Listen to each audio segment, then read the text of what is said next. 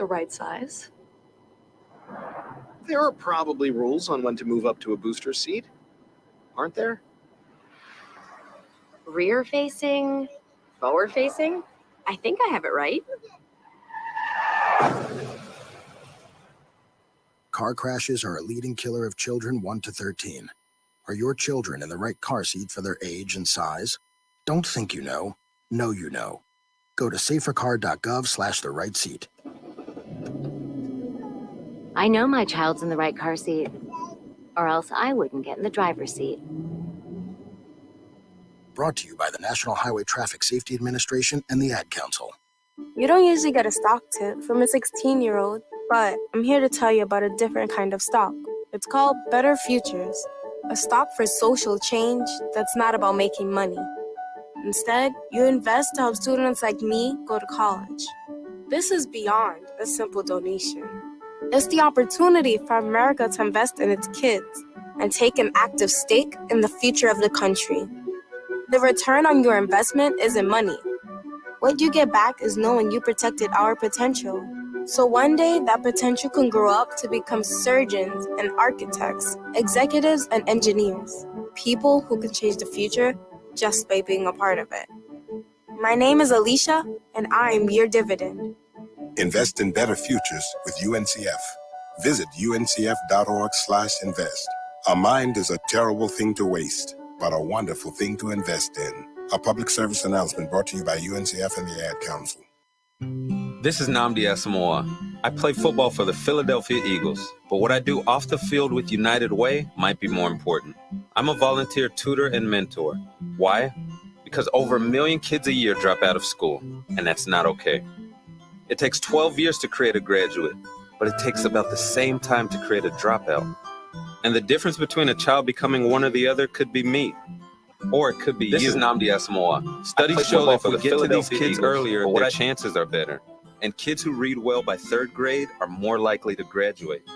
So join me in United Way. Suit up and take the pledge. Become a volunteer reader, tutor, or mentor. Because when a child succeeds, we all succeed. Give, advocate, volunteer, live united. Take the pledge at unitedway.org. Brought to you by United Way, the Ad Council, and the National Football League. It's the Worldwide Sports Radio Network.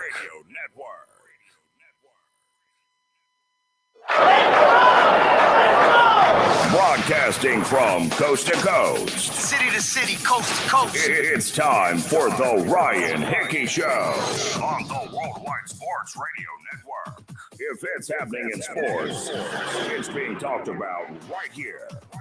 And here's your host, Ryan Hickey. Good Monday morning and welcome into the Worldwide Sports Radio Network. It is the Ryan Hickey Show with you right here for the next 2 hours. And boy, is it good to be back. Right, just about a week and a half off since the last show. I apologize for the delay, or I guess not being here last week. It was a very, very hectic holiday week. Thankfully, a lot of fill-in shows on CBS Sports Radio, which really kind of clogged my schedule up and kind of made at least doing both this show and those fill-in shows a little too tough to do. Both, obviously, also Thanksgiving was Thursday, so that's kind of the reason why there was no Thursday show. But we are back on a Monday. We hope you had a very fun, relaxing, exciting Thanksgiving holiday weekend. We wish you a belated happy Thanksgiving, and we welcome you for joining us here on this Monday mornings. We kind of get back into the work cycle, kind of get back into the flow of life. It's always tough. All right, trust me. The Monday after a holiday weekend is always the worst. So we're going to try to at least make the next 2 hours here a little bit more enjoyable, kind of ease your way and back into the work week a little bit easier. We are coming to you live from the Big Italy Pizzeria Studios, where it's great pizza, hot heroes, and phenomenal dinners. Make sure you check out BigItalyPizza.com to find a location near you. Wow. Was there no shortage of news from this past weekend? My goodness gracious. A ton of college football to get into, both on the field, right? Michigan beating Ohio State, Oklahoma State taking out Oklahoma, Alabama surviving a scare against their arch rival in Auburn, but also a ton of off the field news, right? Bill, of course, the big coaching news yesterday Florida, hiring Louisiana head coach Billy Napier. No, I'm just kidding. We will obviously dive right into the Lincoln Riley to USC news in just a little bit, but also obviously a lot of NFL stuff to get to as well. Matthew Stafford and the Rams lose to the Packers. Baker Mayfield struggles and the Browns loss. We'll dive into all of that as well. But obviously, we'll start, I think, with the biggest news of the weekend, the most impactful, surprising, shocking news. And that is Lincoln Riley leaving Oklahoma, not for LSU, for USC. For me, the Trojans getting now Oklahoma's head coach or former head coach now. I think this is the best head coaching hire in college football since Nick Saban went to Alabama back in 2007. So basically, I think this is the best head coaching hire, the most impactful head coaching hire in college football in basically the last 15 years.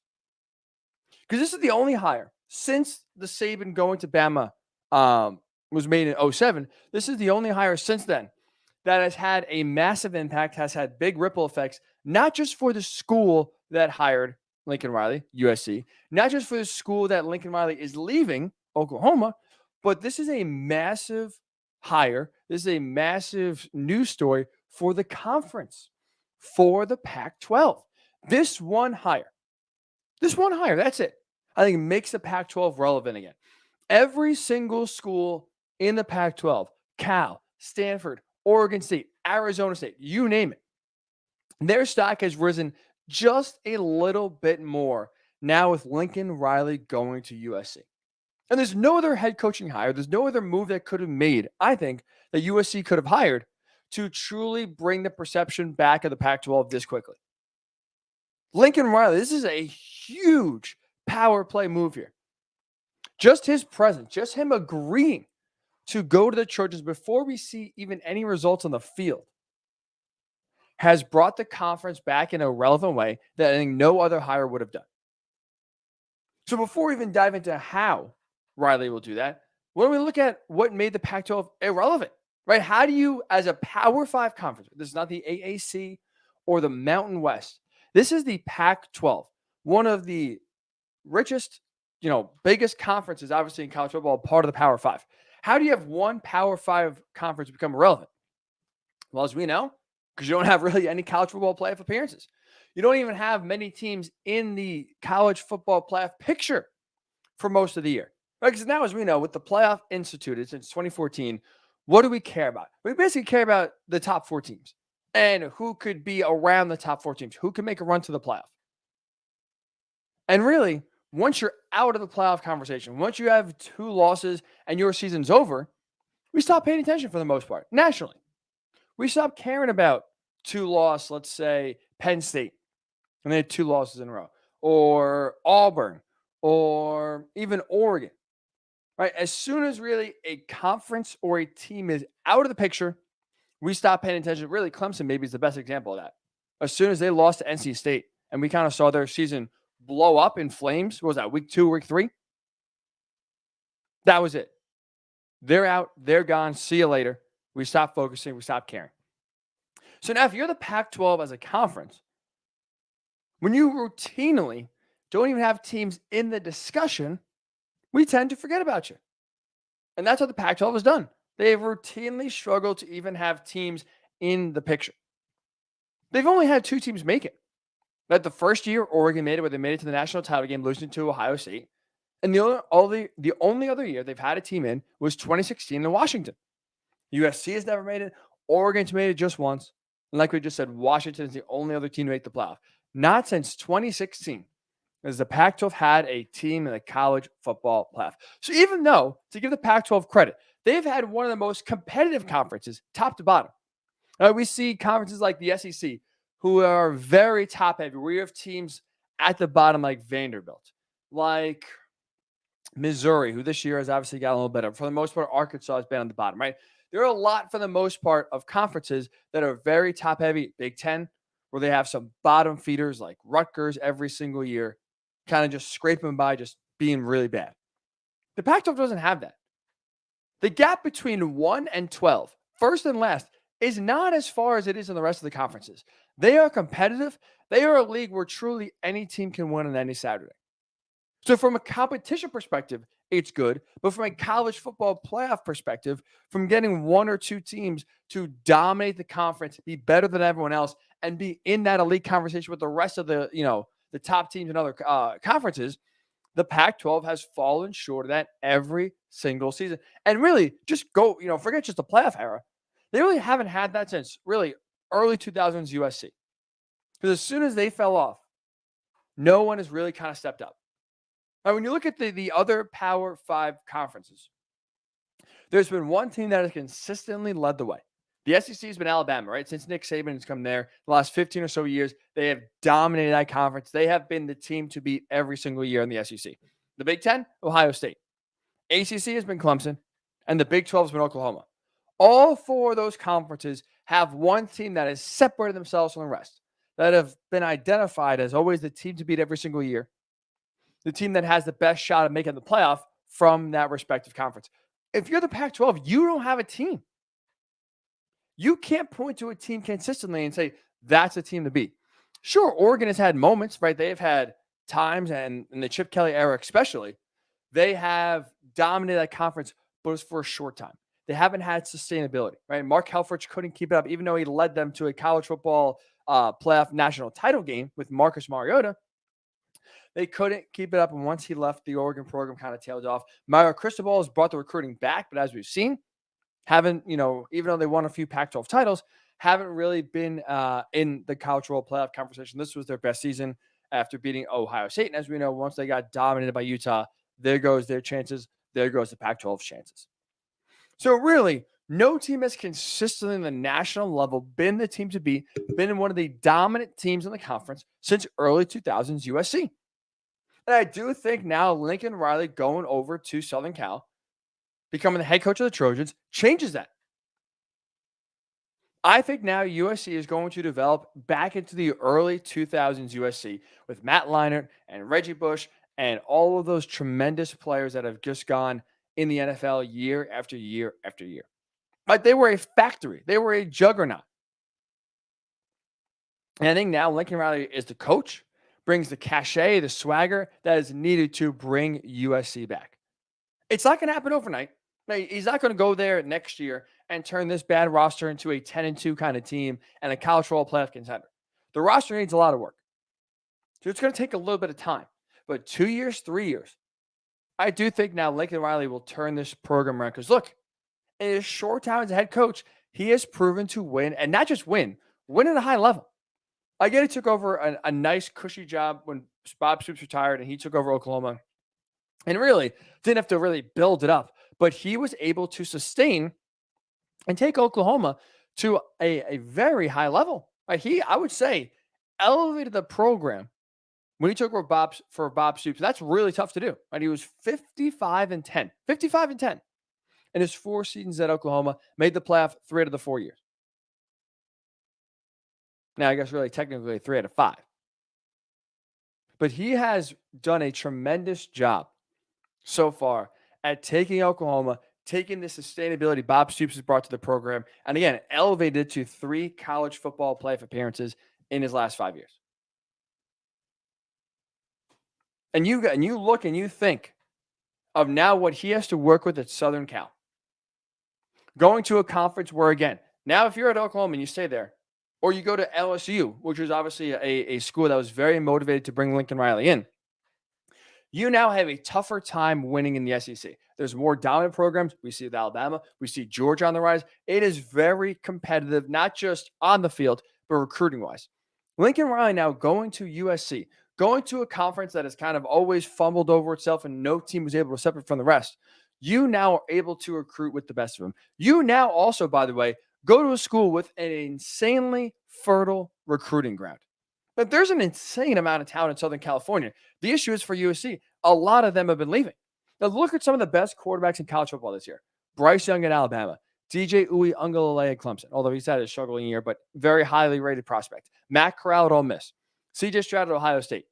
You know what all 4 of those quarterbacks have in common? They are from the Southern California area, and all 4 left. All 4 went elsewhere. That's the talent that's in Lincoln Riley's backyard now that I do think he's going to get to stay. I mean, if you're a Southern California prospect, why wouldn't you now want to play for USC? It made sense for you to go elsewhere, whether it was Oregon, whether it was Clemson, Alabama, Ole Miss, Georgia, Ohio State. It made a lot of sense for you to leave and go elsewhere because USC was a mess. They weren't churning out the pros. They weren't developing the talent that was in their own backyard. So if you wanted to go to the NFL, win a national title, win the Heisman Trophy, put up a ton of yards, you're not going to USC. You couldn't trust them to get the most out of the roster, get the most out of your talent, and take you to that next level because I haven't shown it the last few years. Other coaches and schools have. But now you have Lincoln Riley coming to town, who coached 2 Heisman winners in Baker Mayfield and Kyler Murray, who had Jalen Hurts, right, turned him into a grad transfer into a Heisman Trophy runner-up, took him to the playoff. 2 of those quarterbacks, first overall picks, Hurts being a second-round quarterback as well. So you have Lincoln Riley now coming over with a ton of success, with a great recruiting prowess, taking over a USC program that really, when USC is back, so is the Pac-12. This is the most impactful hire we have seen in 15 years. Since Nick Saban went to Alabama and the Crimson Tide hired away the former NFL coach, former national champion of LSU. This is the most impactful hire we have seen in the last 15 years because it's not only just about USC, it's about the Pac-12. Their relevance is high again when USC is good. USC being good is just like Alabama being good in the SEC or Ohio State being good in the Big 12, the Big 10, or Oklahoma being good in the Big 12. It raises the tide of the rest of the teams. And I think that is why this move is so impactful. This is a huge move. This is the best head coaching hire anyone in the cycle is going to make. I know LSU still has to find a head coach. I don't think they're going to top bringing in Lincoln Riley. And this is the most impactful and biggest hire we have seen in college football in 15 years. So I'm curious your thoughts here, whether it's on Facebook, Worldwide Sports Radio Network, Twitter, WWSRN_radio, at Ryan Hickey Show on Twitter as well. Can Lincoln Riley have success at USC? Did he make the right move? Leaving Oklahoma, where again, he's had success. He's had a pipeline to the playoff, now going to the SEC in a few years. Did he make the right move in going from Oklahoma to USC? Or do you think he made a mistake? And is this the biggest hire we've seen in college football in 15 years? Has there been a bigger hire? Jimbo Fisher left Florida State where he won a national title, right, to go to Texas A&M. Is there a bigger hire in college football in the last 15 years than Lincoln Riley going to USC?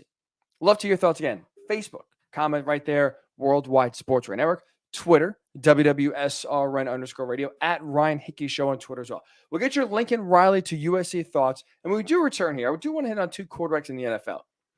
Baker Mayfield, Matthew Stafford. Both struggled yesterday. I thought both had a ton of pressure on them to win. Both came up short. Are you believing in either of these quarterbacks to kind of turn their teams around and reach their expectations? We'll discuss those thoughts when we do return here. Listen to the Ryan Hickey Show right here on the Worldwide Sports Radio Network. It's the Worldwide Sports Radio Network. Do current market conditions have you nervous? Our experienced team of financial professionals at Heritage Harbor Financial Associates understands that no 2 investors are alike. We all have different goals, needs, and appetites for risk. That's why the one-size-fits-all approach does not work, especially when planning for retirement. At Heritage Harbor Financial Associates, we analyze your unique investment style so that you can work toward your individual retirement goals on your terms. Heritage Harbor Financial Associates can help you take steps to reach your retirement goals by providing a wide array of financial products to fit your needs, even for the risk adverse. Give us a call at 631-331-6599 to learn more or to set up an appointment with one of our financial professionals. You can also find us on the web at hhfa.org or on Facebook at facebook.com/hhfa.org. Our number again is 631-331-6599. That's 631-331-6599. Investments in stock, bonds, and mutual funds and variable annuities are not FDIC insured and are subject to fluctuation in value and market risk, including loss of principal. Heritage Harbor Financial Associates offers securities through AXA Advisors, LLC, New York, New York. Member FINRA, SIPC, annuity and insurance products offered through AXA Network, LLC. Edward Lehman has been a trusted insurance advisor for over 16 years with insurance solutions for auto, home, commercial, life, and retirement. He's located at 54 Sunnyside Boulevard, Suite H in Plainview. That's just 1,000 feet south of 495. Local agent, local advice. The time to think about insurance is before you need it. So do yourself a favor, and before you pay your next insurance bill, give Ed and his team a call, 516-935-3900, or visit them online at www.allstate.com/EL. Edward H. Lehman Insurance is your trusted insurance advisor. This is Mario Andretti. You know me as a race car driver, but I'm also a Meals on Wheels volunteer. I've raced against the sport's biggest personalities, but I've never met more vibrant, amazing people than the seniors served by Meals on Wheels. As a volunteer, you deliver a hot, nutritious meal and a friendly hello to someone just like your mother, grandfather, or next door neighbor. These seniors are inspiring people with incredible stories to share, and they love to see you. The smiles you get back are priceless. Delivering with Meals on Wheels is easy, and you don't have to drive like me for it to be quick. You can volunteer your lunch break once a week or just once a month. With 1 in 6 seniors facing hunger and many more living in isolation, your lunch break can make a real difference. So, America, let's do lunch. Volunteer your lunch break at americaletsdolunch.org. This message brought to you by Meals on Wheels America and the Ad Council. Okay, Simon, what are you wearing right now? Nothing. That's right. And what do people normally wear? Clothes. Exactly. So now mommy's going to teach you how to dress yourself. Clothes keep us warm, they look good, and if we go out without them, the neighbors will talk. So it's important to know how to get dressed. Here's how it's done. Underwear always comes first, name tag at the back, then pants, then shirt. Get the first button in the right hole or you have to start all over. If you're wearing a tie, it goes over, round, round, through, and pull tight. Tuck your shirt into your pants and zip up your fly. Socks going first, then shoes right on right, left on left. With shoelaces, just take the ends, cross them over, switch the loops. The rabbit goes down the hole, pull tight, and you're left with bunny ears. I love bunnies. Good to know. Now remember, spots don't go with stripes, socks don't go with sandals, and if you've tucked in your shirt, wear a belt. Got it? Why are your pants on your head? Most parenting is hard to do in just 2 minutes. But spending just 2 minutes twice a day making sure they brush their teeth is easier and could help save them from a lifetime of tooth pain. For fun 2-minute videos to watch while brushing, visit 2min2x.org. That's 2min2x.org. A message from the Partnership for Healthy Mouths, Healthy Lives and the Ad Council. It's the Worldwide Sports Radio Network. Welcome back to the Ryan Hickey Show, right here on the Worldwide Sports Radio Network.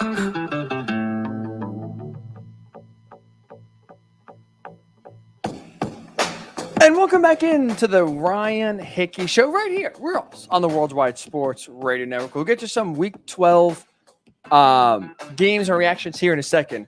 We are chatting Lincoln Riley and his decision to go from Oklahoma to USC. For me, the biggest coaching decision, the biggest coaching impact, the biggest coaching hire in 15 years. This is the biggest coaching move since Nick Saban went from the Dolphins to Alabama in 2007. That's how much I think is going to shake up college football, not just because he's leaving a premier program in Oklahoma, not just because for USC, this is the biggest, and I'm not getting the biggest hire they could have made of any head coach they would have picked. This also goes far beyond just USC. This is a huge impact for the Pac-12. This makes them relevant again.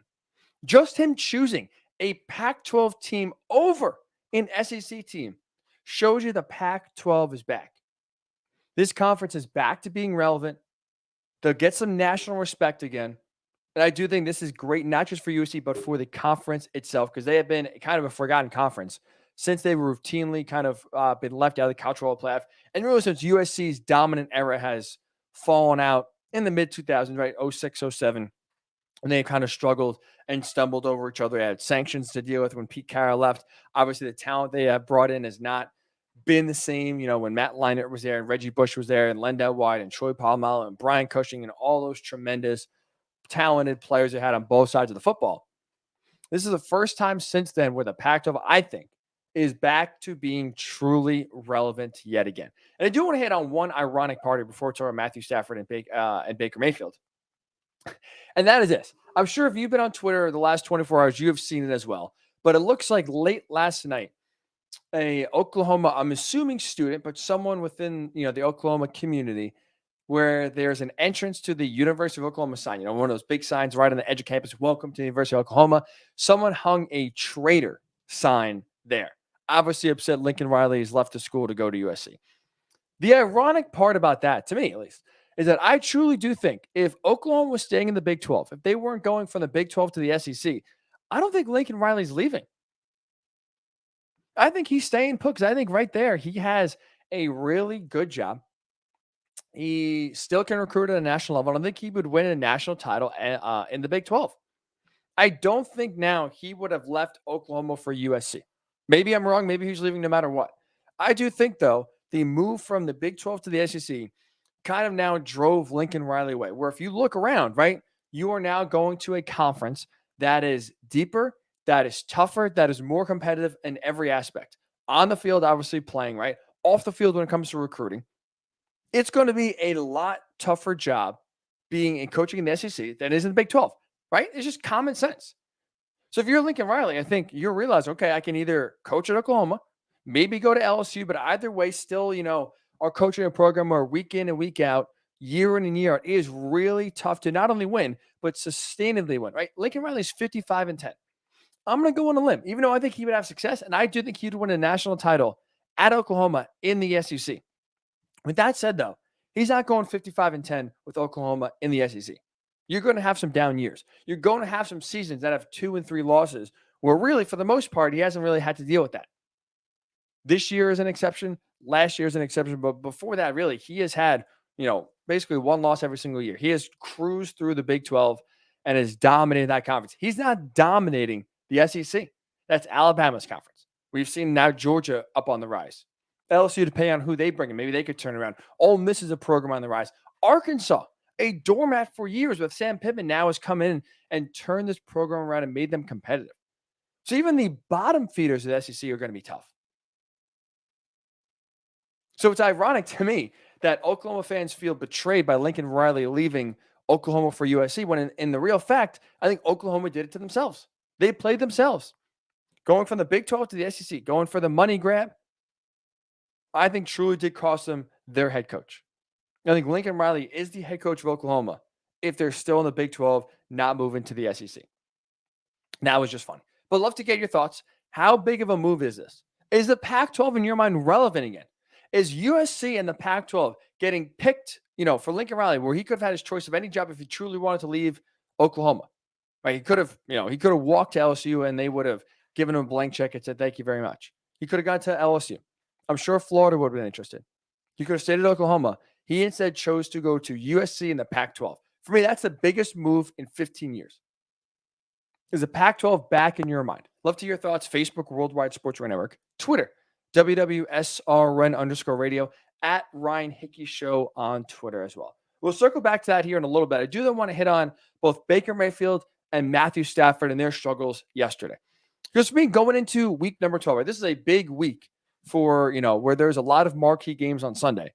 I thought of any quarterbacks this past week, the two with the most pressure on them were Baker and Stafford. And I thought both were disappointing in their respective losses. Coming out of those losses, now moving forward here with about 6 games to go, I'll be honest, I'm concerned. I'm more concerned, though, about Baker and his ability to lead the Browns to the playoffs than I am about Matthew Stafford and his ability to lead the Rams to the Super Bowl. So I'm still believing in Matthew Stafford more than I am for Baker Mayfield. Because for Baker, you look at how he played yesterday. My goodness, that is really not a good sign. Like, he struggled against a Ravens secondary. That's gettable. That is not very good. This is the second worst secondary, right, in terms of pass defense in all the NFL. They have gotten exposed through the air every single game they played this year. They're not a very good secondary. They have great players like Marlon Humphrey, is a really stud corner. But collectively as a team, they're the second worst pass defense in the NFL. Yet Baker struggled. That's concerning. And the biggest concern, for me at least this year, is that the injuries are really taking a toll. It's getting to the point now where the Browns might not have an option but to shut him down. Put him on IR, have him get surgery, and basically punt on 2021 and kind of, hope he's healthy for 2022 and see what you can do there in a big time decision-making year for Baker's future. Because you look at what happened yesterday. Again, this is a really bad, I don't know why I'm saying yesterday weird, by the way. Yesterday. Sorry, that was something I just picked up all of a sudden. I don't know where they yesterday started coming in. Yesterday. Baker was super inefficient. He struggled again against one of the worst pass defenses in all the NFL. He was 18-37 yesterday. Sub 50% completion percentage. Now threw for 247, 1 touchdown, no picks. But there were many missed opportunities in the game yesterday. You look at what just happened, right? Lamar on the other side. He really struggled. He threw 4 interceptions, 4 picks. The concerning part, though, is that the Browns turned those 4 picks into just 3 points. You can't win games when the other quarterback is giving you 4 opportunities and you only cash in with 1 field goal. You had every opportunity to convert, take that game by the horns, win that game on the road on Sunday night, and the Browns gave it away. And to me, that's on Baker Mayfield. That's on your quarterback, especially in a game where I get you're a run-first team. Your identity is through running the ball, and I get you lost Jack Conklin early, which unfortunately now looks like he's probably lost for the year with that just gruesome knee injury. But you're a run-first team. You got Kareem Hunt back. Nick Chubb is back healthy in the lineup for the last few games. That is a game where even if the run game is struggling, you need your quarterback against one of the worst pass defenses in the NFL to step up. And he couldn't do so. He struggled. And I think a lot of those struggles have to do with injuries. So now you lose a game, you drop to 6-6, that we're sure you're still right in the midst of the playoff hunt. And as you know, the AFC, every team has had their ups and their downs, ebbs and flows. No team has really been able to run away with it. There's the wild card is still wide open more than ever. But if you're the Browns, I don't see how you can watch that game last night and feel great and believe that Baker Mayfield can be your quarterback this season to lead you to the playoffs. I'm still a Baker believer. I absolutely bring him back next year, and I think there's still a real shot and a legitimate shot. He'll be the quarterback of the Browns for 2022 and beyond.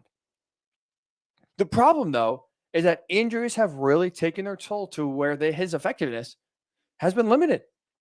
But you look at the Browns offense. They have now scored with their 10 points yesterday. They have now scored 17 points or less in 5 out of the last 6 games. The one game was that explosion against the Bengals for 41 points, where that's looking more and more like an anomaly.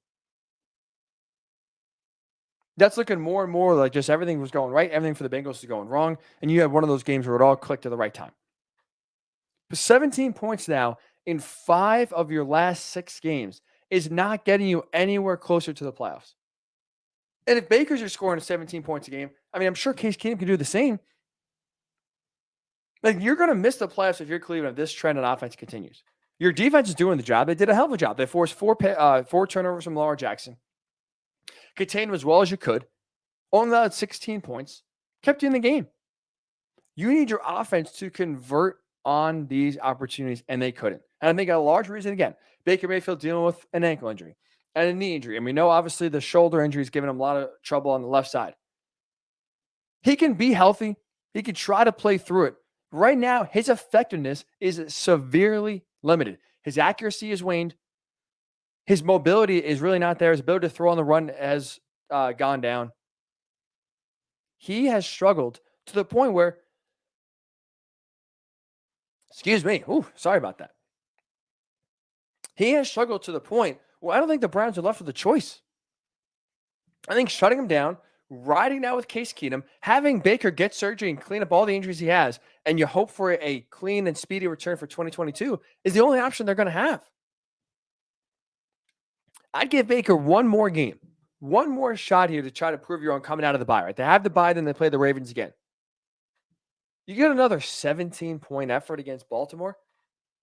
I think it's time to pull the plug in. You got to really determine Baker Mayfield's future and worry about 2022 more than 2021. So I am severely concerned about Baker's ability to lead the Browns to the playoffs. A lot of it injury related. On the flip side, I get there's another poor game. 3 games in a row for Matthew Stafford in this Rams offense. I do believe he is the quarterback to lead the Rams deep into the playoffs. Like I will say, this 3-game losing streak isn't all on Matthew Stafford.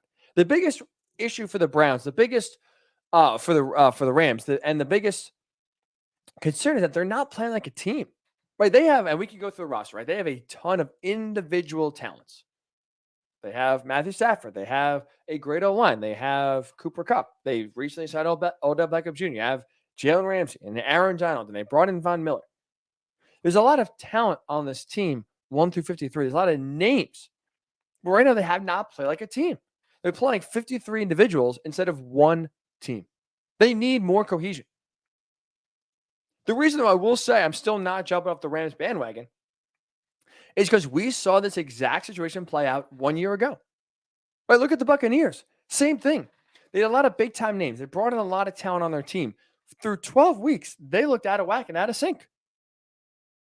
They were a team that struggled playing on the same page. Tom Brady did not look like, a very good quarterback.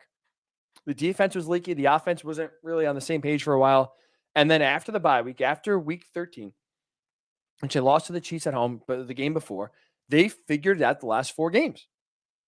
So I do think now with 6 games left, the Rams are still able and have time to figure it out. But right now, everything is not working for them. They need to kind of fix things and fix them quick. Offensively, they're really struggling to play as an efficient unit, right? Matthew Stafford has not looked comfortable in the pocket the last 3 games. I don't know whether it's the defenses are throwing him new looks he's not ready for. He doesn't trust his offensive line. The run game has been non-existent, right? They have been held to under 100 yards in 4 of the last 5 games. So now if you're putting the game more and more in Matthew Stafford's hands and defenses know that, I wonder now if he's starting to feel the pressure.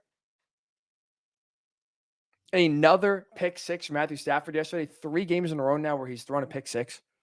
Fumble led to a touchdown. He was strip sacked. That fumble led to a big-time touchdown for Green Bay. This offense has really struggled getting in gear, getting going the last 3 weeks. Defensively, I think they've been a letdown, to say the least, right? They were gashed 2 weeks ago by the 49ers on the ground.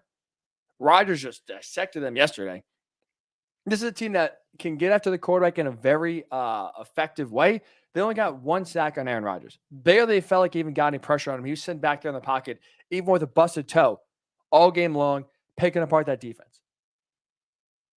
So even though, like I said, the offense isn't really playing well, the defense is struggling, everything kind of seems out of whack. Even Sean McVay struggling with time management, with clock management, with figuring out, how to effectively kind of score the most points in the least amount of time. We saw that kind of in the fourth quarter really have some head-scratching moves. I do trust Matthew Stafford and the Rams are going to figure it out. It's a rough patch right now, absolutely. But I have faith that talent there will eventually work itself out so they will play as a unit together. So I'm a bigger believer in Matthew Stafford and the Rams being closer to the Super Bowl than Baker and the Browns being closer to the playoffs. I thought both of those quarterbacks had a ton of pressure on them yesterday. I thought both were disappointing in their respective losses. And now coming out of that moving forward, I'm definitely more concerned about Baker and his ability to lead the Browns to the playoffs than I am about Matthew Stafford's ability to lead the Rams to the Super Bowl. So I'm curious your thoughts here. What's your belief level on Matthew Stafford? Are you totally out on him and think the Rams are done? Baker Mayfield. Can Baker turn it around in your mind, or the Browns cooked? Should they go to Case Keenum? Should they, honestly, shut down Baker Mayfield and start focusing on 2022 and hope that Case Keenum can give you a spark for the last 6 games? Love to hear your thoughts. Facebook, Worldwide Sports Radio Network. Twitter, WWSRN_radio, at Ryan Hickey Show on Twitter as well. We'll get your thoughts. We do return here.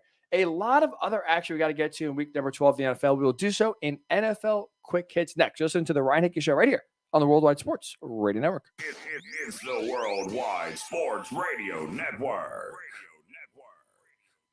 Do current market conditions have you nervous? Our experienced team of financial professionals at Heritage Harbor Financial Associates understands that no 2 investors are alike.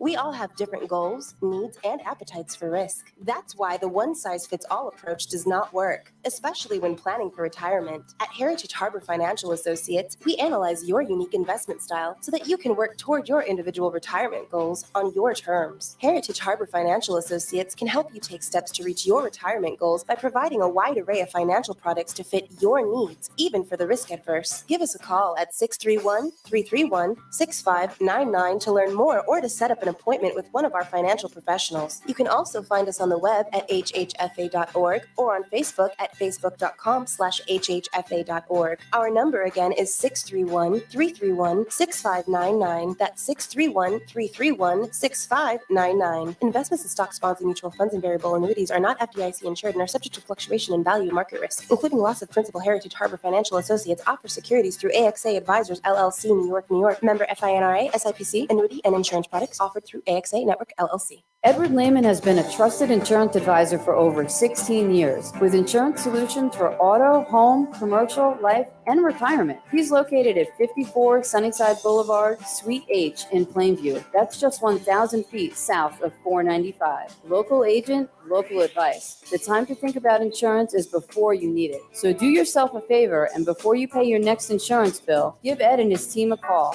516-935-3900, or visit them online at www.allstate.com/EL. Edward H. Lehman Insurance is your trusted insurance advisor.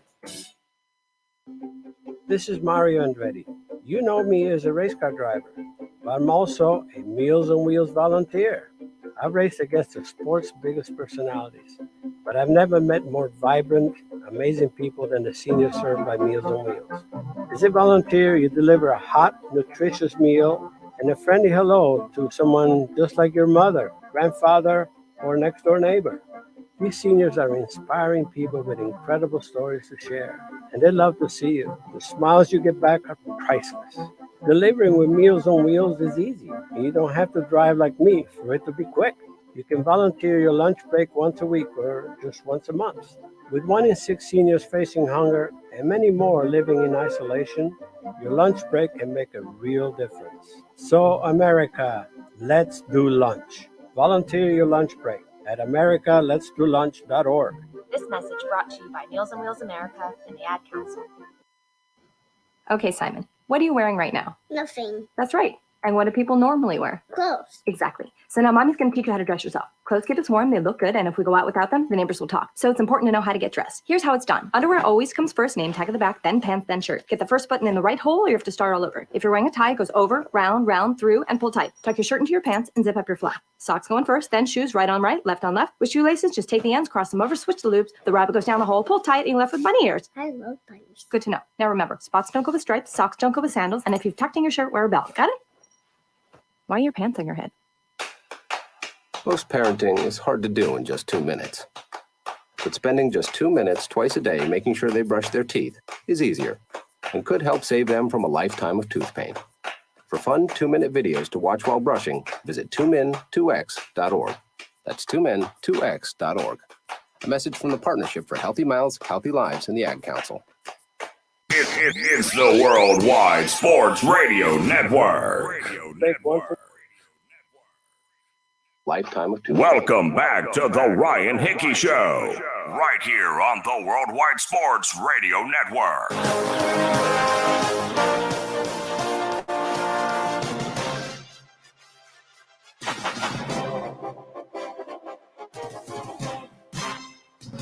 And welcome back into the Ryan Hickey Show. 15 minutes from now, two teams with a very impressive performance yesterday, and two teams that had a major opportunity, a big-time statement opportunity slipped through their fingers.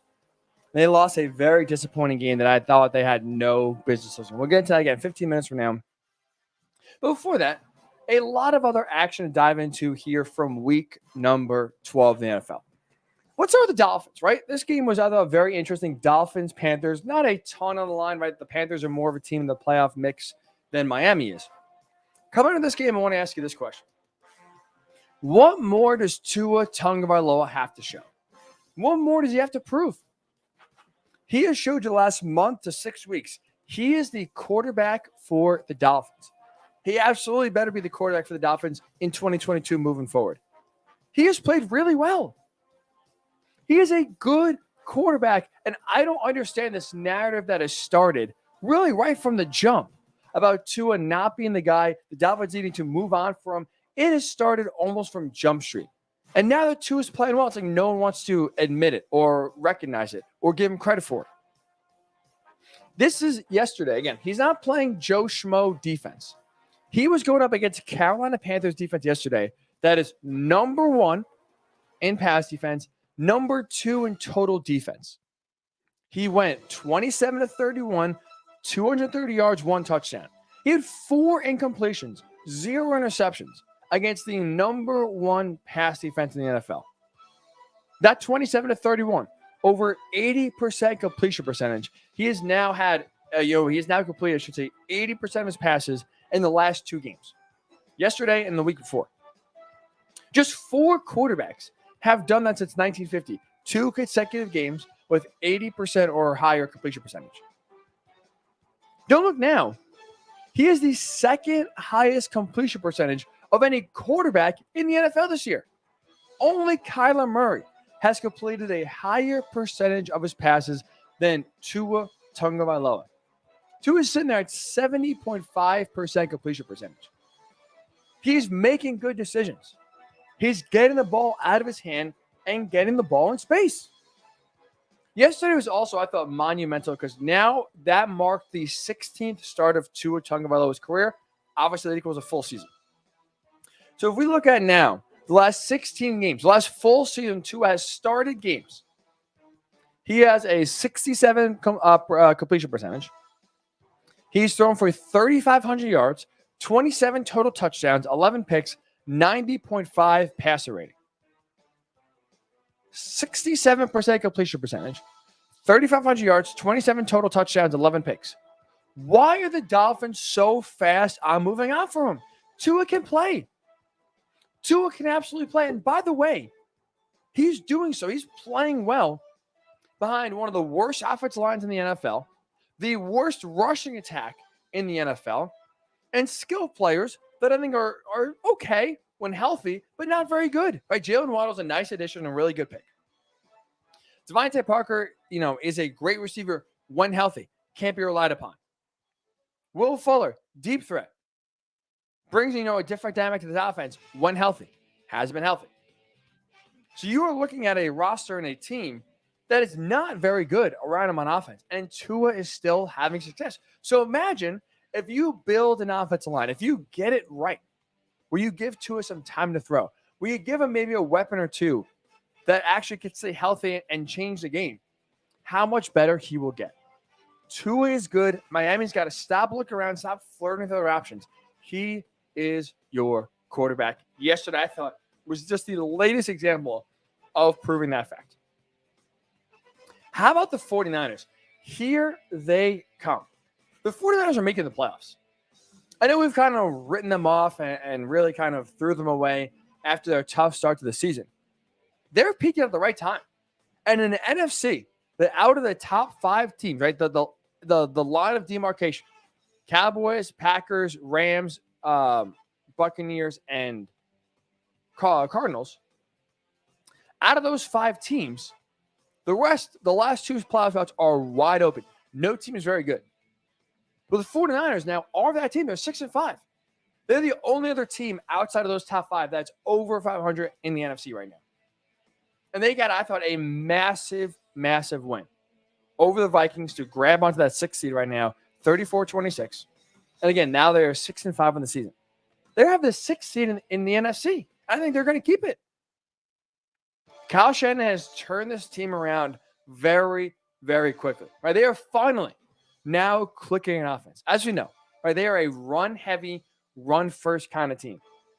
Well, now that their running backs are healthy, now their O-line is getting healthier and getting, cohesion together.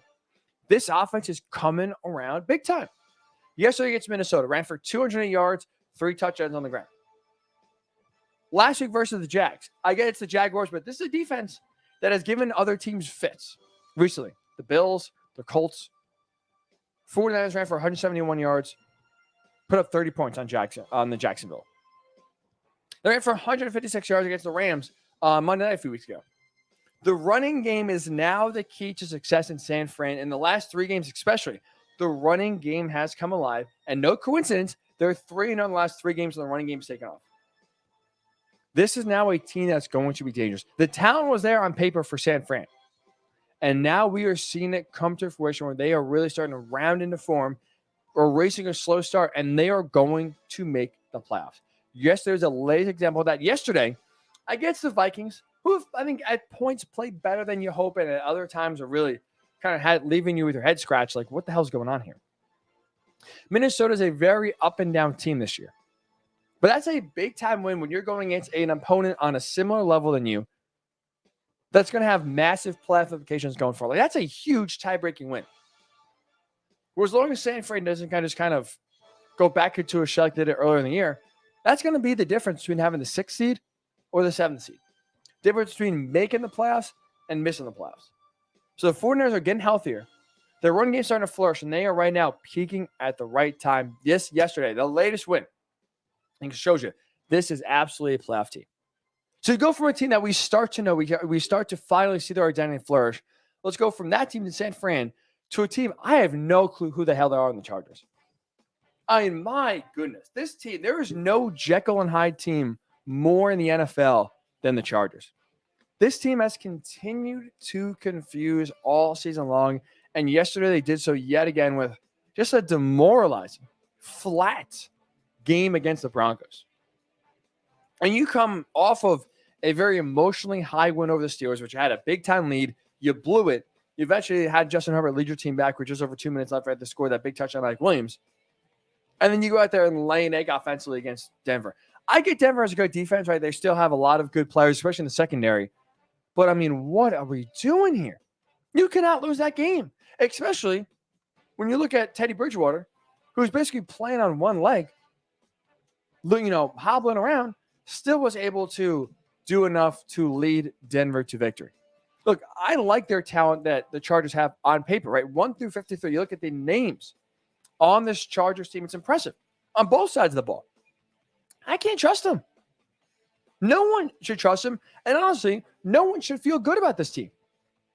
Justin Herbert's been one of the best young quarterbacks we have seen in recent time. Brandon Staley thinks that a good young head coach, where a lot of people are praising for his aggressiveness, for his perspective on the game.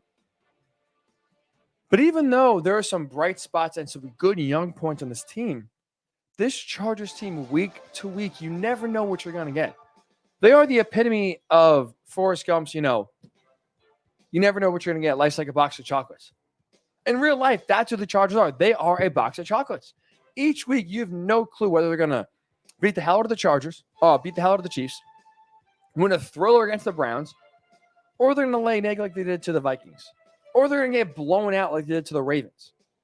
This team, week to week, there's no team that has higher highs and lower lows than the Los Angeles Chargers. And we just talked about the Minnesota Vikings, by the way. So, a wild stat. Only one team in the NFL has had a 7-point lead in every single game they played this season. That is the Minnesota Vikings.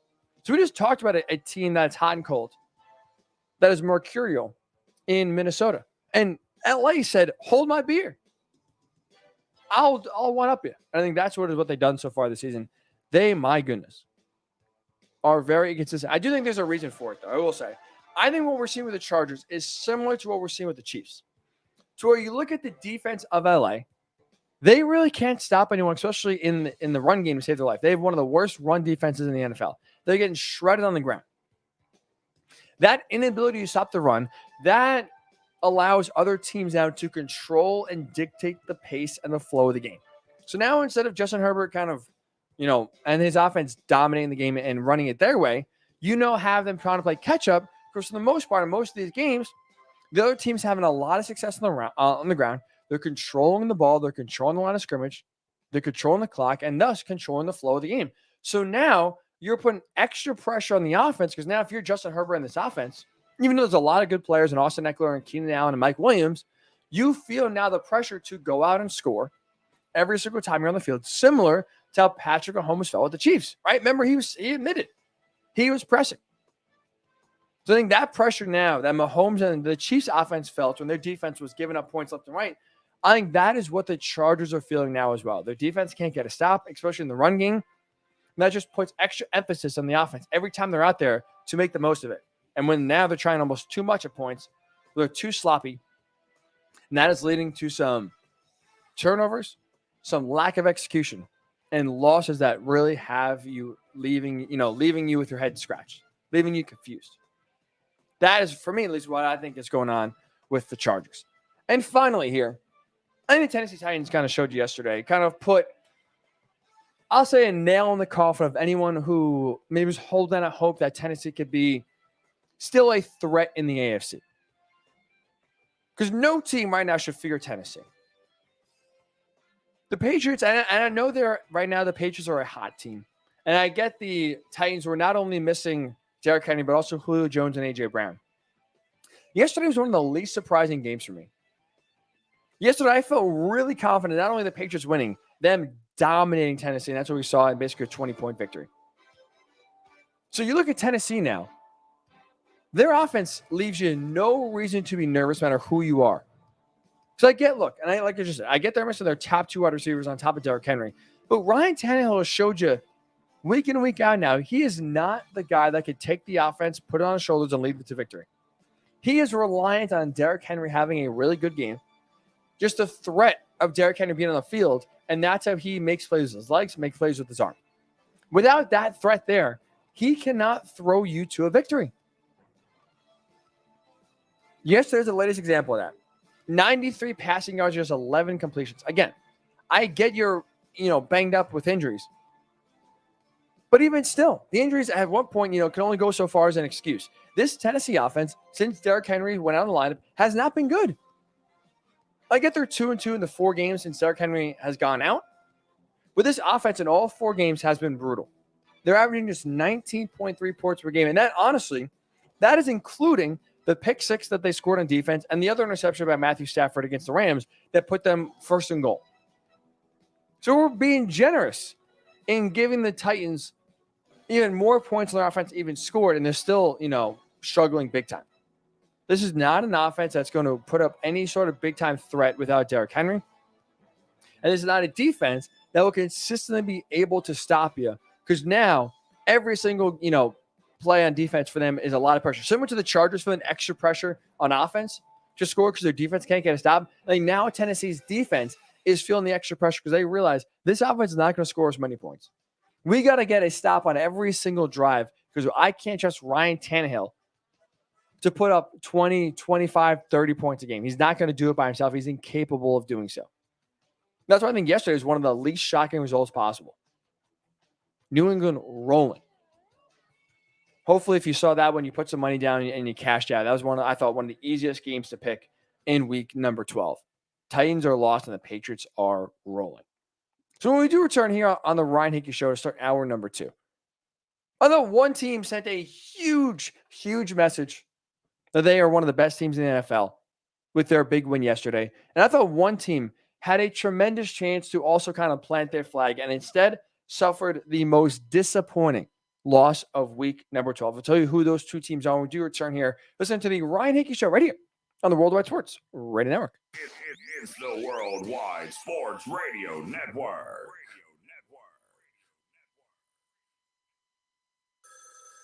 Ranger Station, Ranger speaking. Hi, I'd like to report a bear hug. Okay. Well, we were building a bonfire, and I saw some, dry brush and leaves around, so, I said to move the bonfire somewhere else, and out of nowhere, Smokey Bear shows up and hugs me. So you noticed some wildfire hazards and moved your bonfire to a safer location. Yeah. Yeah, that's Smokey, all right. He likes it when people help prevent wildfires. It hits him close to home. Not everybody gets the hug, my friend. So that's pretty special to get a hug from Smokey Bear. So it was him. Hey, guys, I told you it was Smokey. Okay, well, congratulations, my friend. And thanks for calling. There are many ways to prevent a wildfire. Learn how you can do your part at SmokeyBear.com. Only you can prevent wildfires. Sponsored by the U.S. Forest Service, Ad Council, and your state forester. Hope you enjoyed your meal. And I just want to say, he's lucky to have a brother like you. Lucky? Caring for my brother is far from easy. Waking up every day, lifting him from the bed to the wheelchair to the car to get him to therapy on time. It's no small task between the doctors and the diagnosis, but nothing can disable this love. This is my big brother, my hero. He's part of me, like my arms and legs, so I'll be his. See, there's no time for tired. This starts again tomorrow. He'll be waiting for me. I wake up for him. I know he needs me, but I'm the lucky one, even though I need help now and then. If you're caring for a loved one, visit aarp.org/caregiving for care guides and community, or call 877-333-5885. Caregiving Resource Center. Support for your strength. Brought to you by AARP and the Ad Council.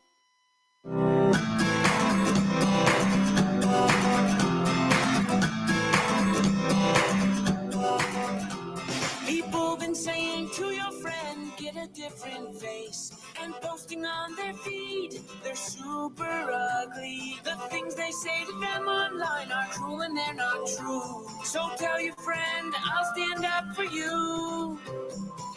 Don't worry, I know what to do. Oh, tell the world I see. With an emoji. To stop the bullies. Know someone who's being bullied online? Send the witness emoji. It looks like an eye in a speech bubble, and it's in the symbol section near the clocks in your phone. You'll let the world know it isn't cool, and you'll let your friend know you care. Learn more about the witness emoji at eyewitnessbullying.org. Brought to you by the Ad Council. It may be hard to believe, but people just like you are already saving money. Feedthepig.org makes it easy. Their simple savings plan teaches you how to start saving without going overboard. So you don't need to mooch off your friends. You gonna finish that grape? You mean the one in my mouth? You don't need to stop buying the necessities. What you're smelling is a natural musk. Ew. You don't need to be a medical test subject. How do you feel? Mostly okay. Sometimes, though. You don't need to get a second job as a stuntman.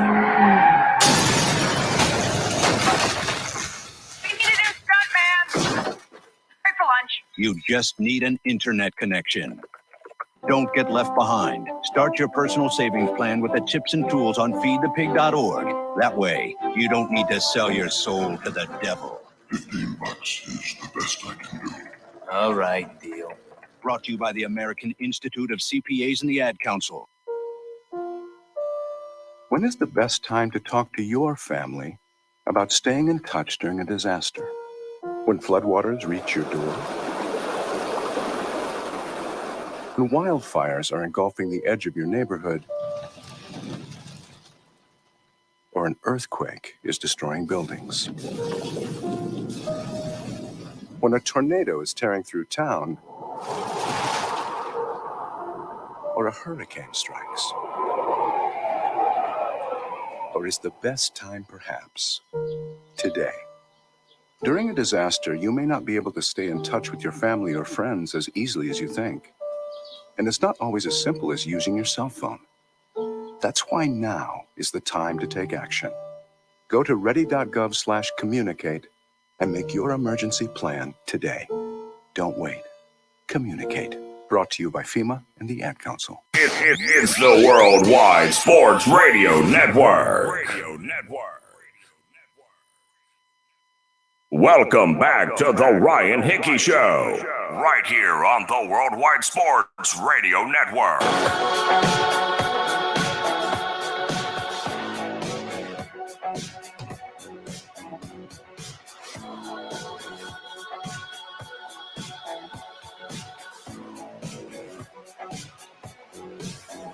And welcome back into hour number 2 of the Ryan Hickey Show with you right here. Where else? The Worldwide Sports Network. We appreciate you starting your Monday back from a holiday weekend with us right here. Never easy to do.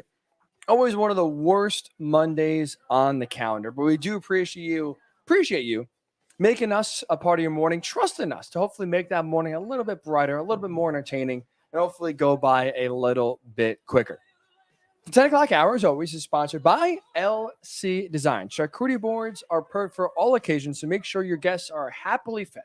with some delicious and aesthetically pleasing charcuterie boards made by Lauren Clark. Make sure you check out LC Designs NYC for more information.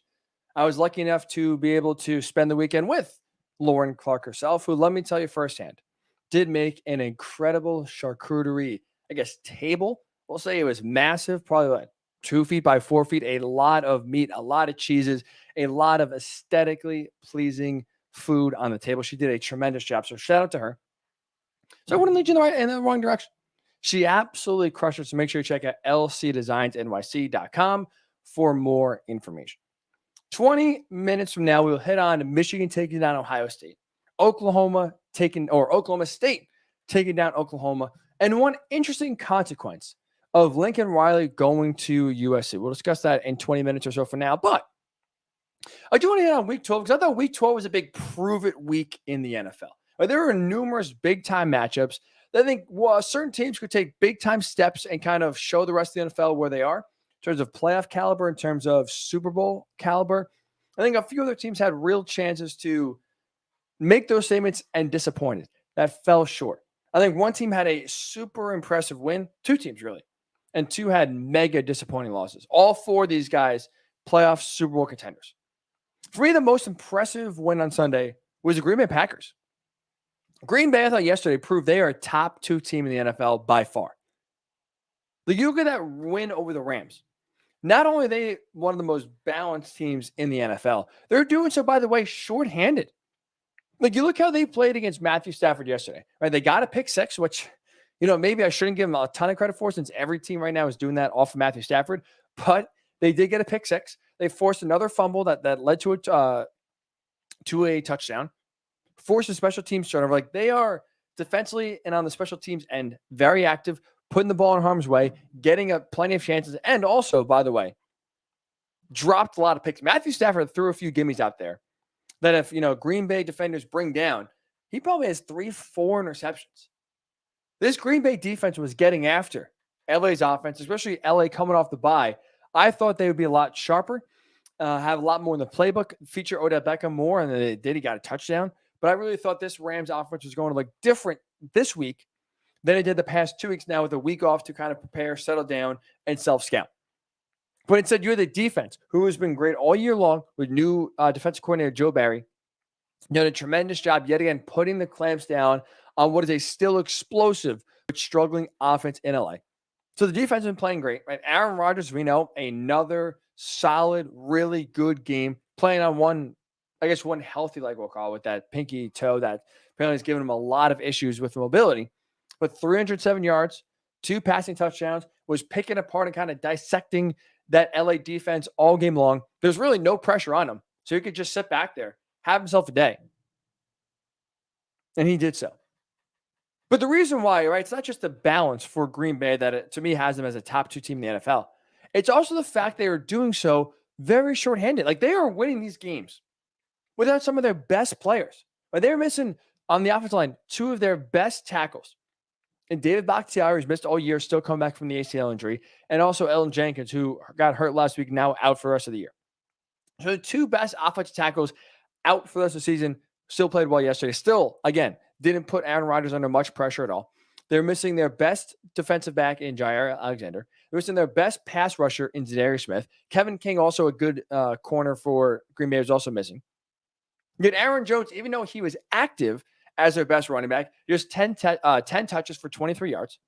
And you miss Randall Cobb, who had a really good first half, for the second half after he hurt his groin. So you look at Green Bay, 2 tackles, 2 top corners, your best edge rusher, your best running back, who was basically ineffective, and one of your best receivers, security blankets for Aaron Rodgers. All of them either ineffective, not playing, got hurt, and still was able to beat the Rams basically by double digits outside of, a late field goal that did kind of cut it down in garbage time to a 1-possession game.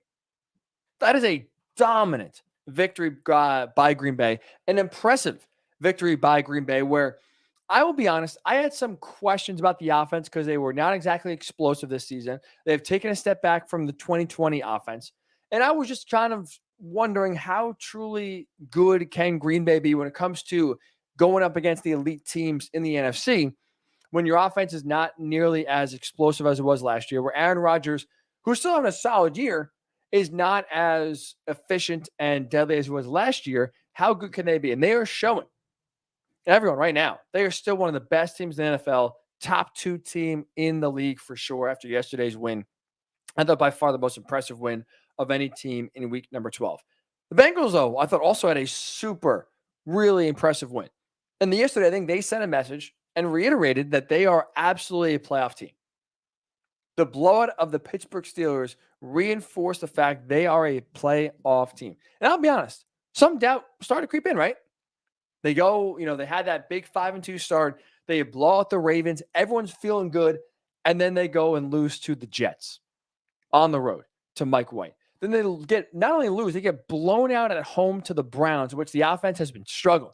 Right? We just talked about before, Baker Mayfield and this offense for the Browns.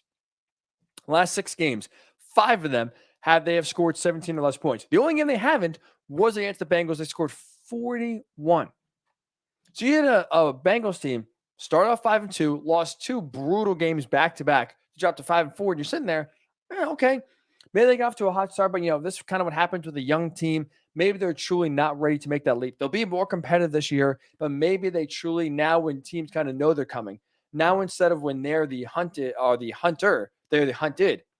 Kind of that changes your perspective. But I thought these last 2 games really slammed the fact home, and yesterday especially, this is a playoff team. Last week they won in Vegas against the Raiders, which I thought was an elimination game. Like kind of both teams trending in the same direction. Started off hot, free falling. The loser of that game was going to miss the playoffs. Well, the Bengals won that game and won so handily. Very impressive game. And now this week, against a division rival who has owned you historically, you go and not only beat the Steelers, you beat them down. You blow them out. This game's over at halftime.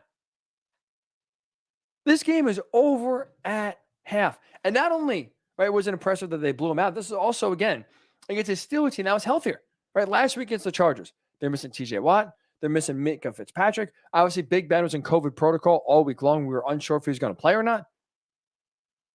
And despite the fact, or I should say, despite that fact that they all returned, all had a week of practice under them and kind of felt better, they still hung 41 points. And they did so beating the Steelers kind of at their own game. They played a very physical football game and punched the Steelers in the mouth, bullied them on the field, and were the better team. You had Joe Mixon rush for a career-high 165 yards, 2 touchdowns on the ground. And to me, that says a lot. When you can push around your opponent, when you can dominate the line of scrimmage and basically impose your will on a team that has been doing so to you for years, that truly shows you the makeup of this team and how and why they are a true playoff contender. They have taken a big step in growth in year number 2, and now I'll be shocked and disappointed if the Bengals aren't in the playoffs. They are a legitimate contender here in the AFC, and I think a team that cemented their playoff status yesterday. So a very impressive win by the Bengals. I thought the Packers had the most impressive win of any team in Week 12. So we talked about the positives from yesterday. We got to hit on the negatives. I thought the Indianapolis Colts had the most disappointing loss of any team on Sunday. Like they missed a true shot here to bolster your playoff chances and even get back into the division race. I still think the Titans are going to win the AFC South, but the way they have been playing, especially on offense, no win is guaranteed for them going down the stretch. So even though the Titans swept the Colts, this was still a legit shot here to not only get back in the division race, but send a message to the rest of the NFL. Back-to-back wins over the Bills and the Buccaneers would show you, here come the Colts. And you know what? They should have won this game. They absolutely should have won this game, and they let it slip out of their hands. They played the sloppiest game of the year, I thought, yesterday, and it came at the worst time. Because you're never going to win a game, but especially you're never going to win a game against Tom Brady when you turn the ball over 5 times. When you have some key costly penalties in some big situations where you got to play clean football, you don't do so. Like you are never going to let, or Tom Brady should say, is never going to let an opportunity, like getting the ball 5 times on turnovers. He's never going to say, I'm going to not convert on that. That's a guy who has lived and done this for years and years and years, making teams pay for their own mistakes. So you look at the 5 turnovers, right? 4 of them truly came during the game because the last pick Carson Wentz threw was a Hail Mary. at the last play of the game. So look at the 4 true turnovers the Colts had in this game. The Bucs not only scored on every single turnover, they scored touchdowns on most of them. They scored 24 points off of the Colts 4 turnovers. So you look at the final score, 38-31. Only 2 touchdowns really were scored by the offense not coming off of Colts turnovers. That's a killer. You cannot allow that to happen. You cannot defeat the defending champs or any playoff team when you give them 4 turnovers the way the Colts did. And they came at brutal times. Like we talked about the Colts giving this game away. There's a reason for that. They're up 24-14 and a half. They're about to go up 17. They are driving on the Buccaneers to start the second half. And instead, Carson Wentz gets strip sack. Buccaneers recover. They eventually drive down for a touchdown. That's a 14-point swing. The Colts go up 17. Now the lead is just 3. That is massive right there. And instead, as we know, eventually you give Tom Brady, too many cookies. He converts. That's what the Buccaneers did. That is a game where, true champions win. The Buccaneers showed you, even though they didn't have their best game offensively, defensively, for most of the game, they couldn't slow down the Colts offense. They still found a way to win. The Colts shot themselves in the foot again. This just goes to show you, I think, for the Colts, how truly hard it is and how you really can't beat yourself, but also how important fundamentals are. One was a muff punt. Another one where it was a receiver, just tucked the ball away. Carson Wentz threw one pick I thought was kind of bad. The last one, what are you going to do? But threw another one to Michael Pittman and just got to throw a better ball. Like, these small things the Colts have to improve are fixable, but it's all about fundamentals. When you were in an early hole the Colts were in the season, they started off 1-4. You can't afford to let these opportunities slip by. And now this is becoming a trend for the Colts all season long. They blew a 22-3 lead to the Ravens on Sunday Night Football. They have had a double-digit lead in every single game since week 4. Think about that. Every single lead they've had, or every single week, I should say, they've had a double-digit lead since week 4. They lost to the Ravens. They lost to the Titans. You can't, and now they lost to the Buccaneers. You can't lose games of double digits on good teams, 2 of those coming at home. You got to find ways to put the game away. And really, outside of the Bills game last week, the Colts have failed to do so. Very disappointing. This was a game that, I'll be honest, I'm a Colts fan. Going in, I didn't think they're going to win. But you see how the first half played out. They're moving the ball, having success. The defense was fooling Tom Brady a little bit. Carson Wentz was having success, 3 touchdown passes in the first half. You cannot lose that game, and they did. Big disappointment. Speaking of which, similar scale, I think the Colts loss is worse. The Eagles lost a game which true playoff contenders to me don't lose. This was an Eagles game against the Giants where I get both teams are not very good. Both are under 500. But for the Eagles, right, and we talked about in the NFC, but kind of before the 49ers, in an NFC that is wide open, in an NFC that literally anyone can have at the bottom of the last 2 playoff spots for how bad it's been. This was a game where the Eagles should have won, needed to win, and blew it. And really, the final kind of play of the game, I think, tells the story of this game. 4th down, Eagles are in Giants territory. Jalen Hurts throws the ball all the way down to the 1-yard line. Jalen Reagor's open. Not only is he open, he should make the ball hit him right in the hands. He should have made the catch. It wasn't even contested. Ball slips through his hands at the 1-yard line, falls incomplete. The Eagles lose this game. That would have been a potential go-ahead touchdown. Eagles are only down 13-7. You catch that, either fall down at the 1 or fall in the end zone. The Eagles are winning that game. And now also the Eagles lose a win or a game they desperately needed. And I do think the playoff team wins that game. But being unable to outscore the Giants is unacceptable. I got the Giants defense played really well yesterday. You still need to find a way to beat an anemic Giants offense and score just 13 points. The Eagles offense has been rolling. Jalen Hurts has gotten to a groove. I think games like yesterday do kind of reinforce the questions about Jalen Hurts and his viability as a true NFL starter. Now, he has shown some flashes in the last month. Now that the run game, now that Nick Sirianni rediscovered that you are indeed allowed to run the ball with your running backs more than once a half, the run game has really opened up, made the passing game easier for Jalen Hurts. And yesterday, he really reverted back to a quarterback that really kind of gets your nerves if you're an Eagles fan. terms of truly being the guy. 14 of 31, just 129 yards, 3 interceptions. And that's with, by the way, him having success on the ground. Right? It wasn't like he was bottled up and he had to throw the ball 50 times a game like we saw early in the year. He had 77 yards on the ground. He was effective in moving the ball and running with his legs and keeping that Giants defense slicing and dicing him. But he really could not move the ball through the air. And that's what the Eagles need to have success. They need Jalen Hurts to be, I don't want to say, an elite passer, but just an efficient passer more than anything else. Forget about yards. They need it to be efficient. Take the completions when they're there. Keep the chains moving. Keep the offense ahead of the sticks. And he couldn't do that. So you look, I really thought, this Eagles team I don't think is very good. I was thinking the Eagles were a playoff team. You look at their schedule, right? Going into yesterday, their schedule was this. You play the Giants twice, the Washington football team twice, the Jets and the Cowboys.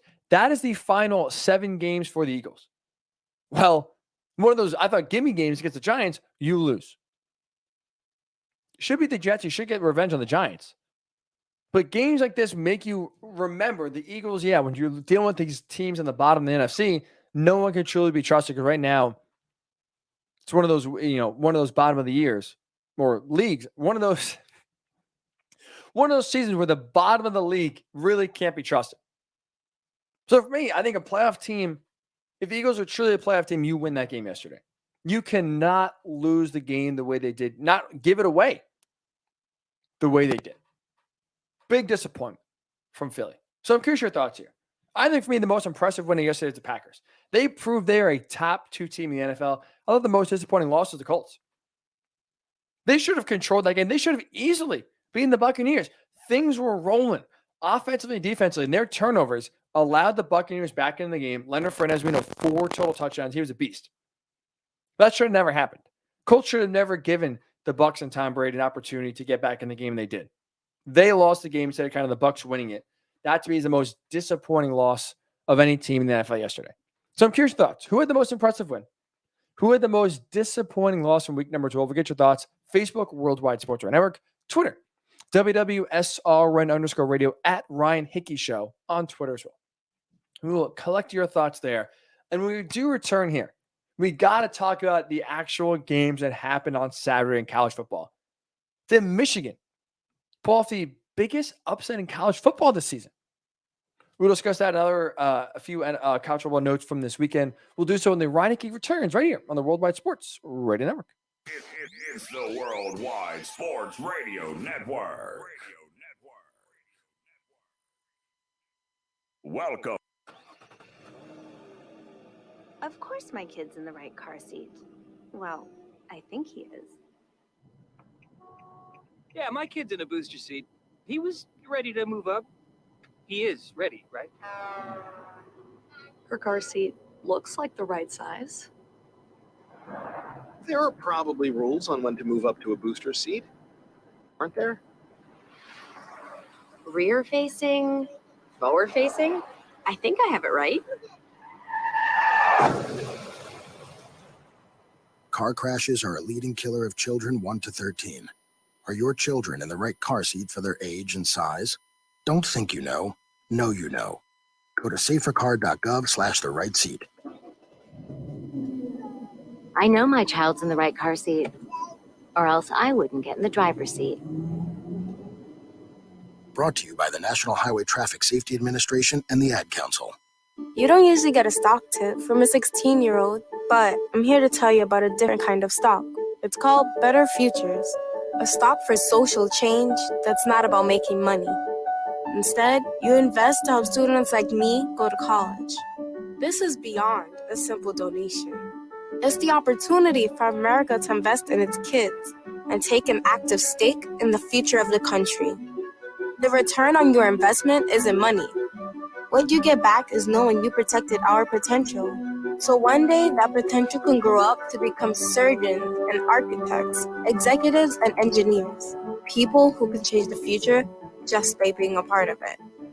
My name is Alicia, and I'm your dividend. Invest in better futures with UNCF. Visit uncf.org/invest. A mind is a terrible thing to waste, but a wonderful thing to invest in. A public service announcement brought to you by UNCF and the Ad Council. This is Nnamdi Asamoah. I play football for the Philadelphia Eagles, but what I do off the field with United Way might be more important. I'm a volunteer tutor and mentor. Why? Because over 1 million kids a year drop out of school, and that's not okay. It takes 12 years to create a graduate, but it takes about the same time to create a dropout. And the difference between a child becoming one or the other could be me, or it could be you. Studies show that if we get to these kids earlier, their chances are better. And kids who read well by 3rd grade are more likely to graduate. So join me in United Way. Suit up and take the pledge. Become a volunteer reader, tutor, or mentor. Because when a child succeeds, we all succeed. Give, advocate, volunteer, live united. Take the pledge at unitedway.org. Brought to you by United Way, the Ad Council, and the National Football League.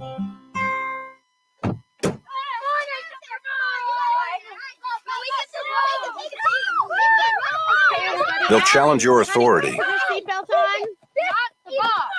They'll try to break your will. They'll push you to the edge of your sanity.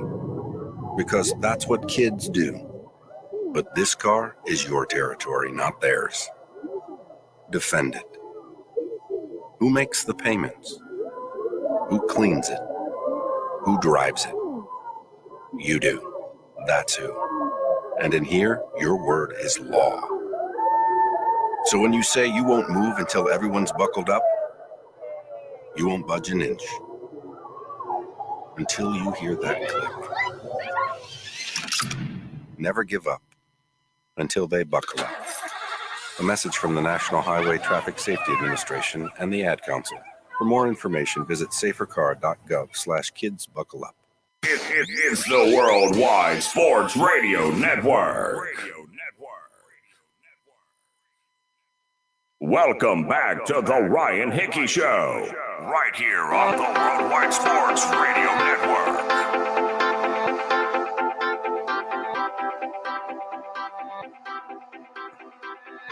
And welcome back into the Ryan Hickey Show right here on the Worldwide Sports Radio Network. What a chaotic weekend it was in college football, just on the field. Forget what we happened, with Lincoln Riley and the coaching search. We hit on that. We'll circle back to that in 15 minutes or so for now. But let's talk about what happened on the field. And no bigger game, no bigger win came than on Saturday in Ann Arbor, Michigan, with the Wolverines taking down Ohio State for the first time since 2011. Buckeyes have dominated this rivalry 15-16. For me, I will say this. I think this is the biggest upset of the college football season, Michigan beating Ohio State. I get Michigan's number 5 in the rankings. Ohio State was 2. I get Michigan was at home, 10-1 in the season, right? It almost sounds insane to call that a big-time upset, bigger than Texas A&M upsetting Alabama a month ago, bigger shock than Stanford taking down Oregon 2 months ago. But I do think Michigan beating Ohio State was the most improbable victory of the season. And I'll tell you this, I really thought it was going to be business as usual with Ohio State taking care of the job and beating Michigan yet again. I didn't see a difference in this Michigan team this year, led by Jim Harbaugh, compared to what we saw in past years where it was hyped up that Michigan was going to beat Ohio State. Whether it was 2016, when they had that great year, at one point they're 10-0, number 2 in the rankings.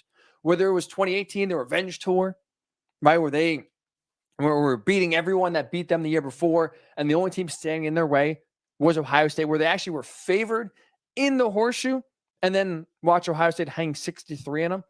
I really do think, because you look at recruiting with Ohio State and the great offensive weapons they have, whether it's Chris Olave, Garrett Wilson, Jackson Smith and Jigba, whether it's Travion Henderson at running back, I did not think defensively for Michigan or offensively they were going to be able to keep up with the Buckeyes offense and really make this a game. I was so confident that Ohio State would kind of dominate the way they had before, where in the Jim Harbaugh era, Ohio State has won by an average of 19 points per game. That this is going to kind of follow suit. So I'll give Jim Harbaugh, Michigan, Mike McDonald, the defense coordinator, a ton of credit.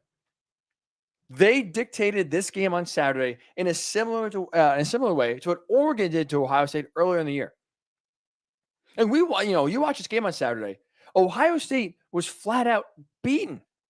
Michigan dominated the line of scrimmage, dominated the pace of the game, dominated really every single aspect. They're the more physical team. They bullied Ohio State, and they looked truly like they were sick and tired of kind of being the little brother, if you will, and getting beat every single year. They, to their credit, ran the ball right down Ohio State's throat, didn't let up, didn't flinch under pressure. Even when Ohio State kind of scored a few times to make it close, they never panicked. And I'll give Jim Harbaugh a lot of credit for that. I don't think he had it in him. When I was filling in for CBS Sports Radio last week, I was sitting here telling you, Michigan should fire Jim Harbaugh if they lose on Saturday, because the gap has only widened with him as head coach compared to when he took over, when it was Rich Rod or Brady Hoke or even Lloyd Carter into his tenure. This has been a rivalry that's been one-sided. Well, you couldn't even call it a rivalry the last 15 years. To Michigan's credit, though, they made all the right plays. And again, they flipped the script from past years of Michigan getting their hopes up and getting disappointed by a Ohio State blowout. They got the job done because they ran for 297 yards. Again, they dominated this game on the ground. They controlled the pace, and Ohio State was playing catch-up from the very beginning. Started right in the opening drive. Marched right down the field, scored a touchdown. Hassan Haskins was tremendous. 169 rushing yards for him. 5 touchdowns. 5 touchdowns. And I think, honestly, even more impressive than his performance, I think, was Aiden Hutchinson. Because, again, that was another area where Michigan's defense has been really good in years past. Right? 2018, they were one of the best defenses in all the country. Kept hearing about how they're going to get after Dwayne Haskins, how the secondary is elite. The Ohio State receivers won't be able to, get much separation, get going here. And we have seen, again, Ohio State drop a number on them on the offensive end. So I really did think, this is going to be another year. I get Aiden Hutchinson's had a tremendous season. I get, David Ojabo, whether it's the secondary. This Michigan defense under new defensive coordinator Mike Macdonald has changed, but I really thought it was going to be the same old story because we've heard this before and again and again and again. We've seen the results go Ohio State's way. But using the backfield, Aiden Hutchinson was all game long. 3 sacks on C.J. Stroud, and their physicality on the offensive line and the defensive line was the difference. Stroud never really looked comfortable. He was under pressure a ton all game long. The Ohio State front could not stop Michigan's run game. This, to me, because I just thought the skill level was so drastic. The speed was so drastic that Michigan would not be able to keep up with Ohio State, and they did so. What a big-time win for Jim Harbaugh, especially in a pressurized moment with the Big Ten title game on the line, with a direct pass to the college football playoff on the line. They had an insane and, to me, improbable win.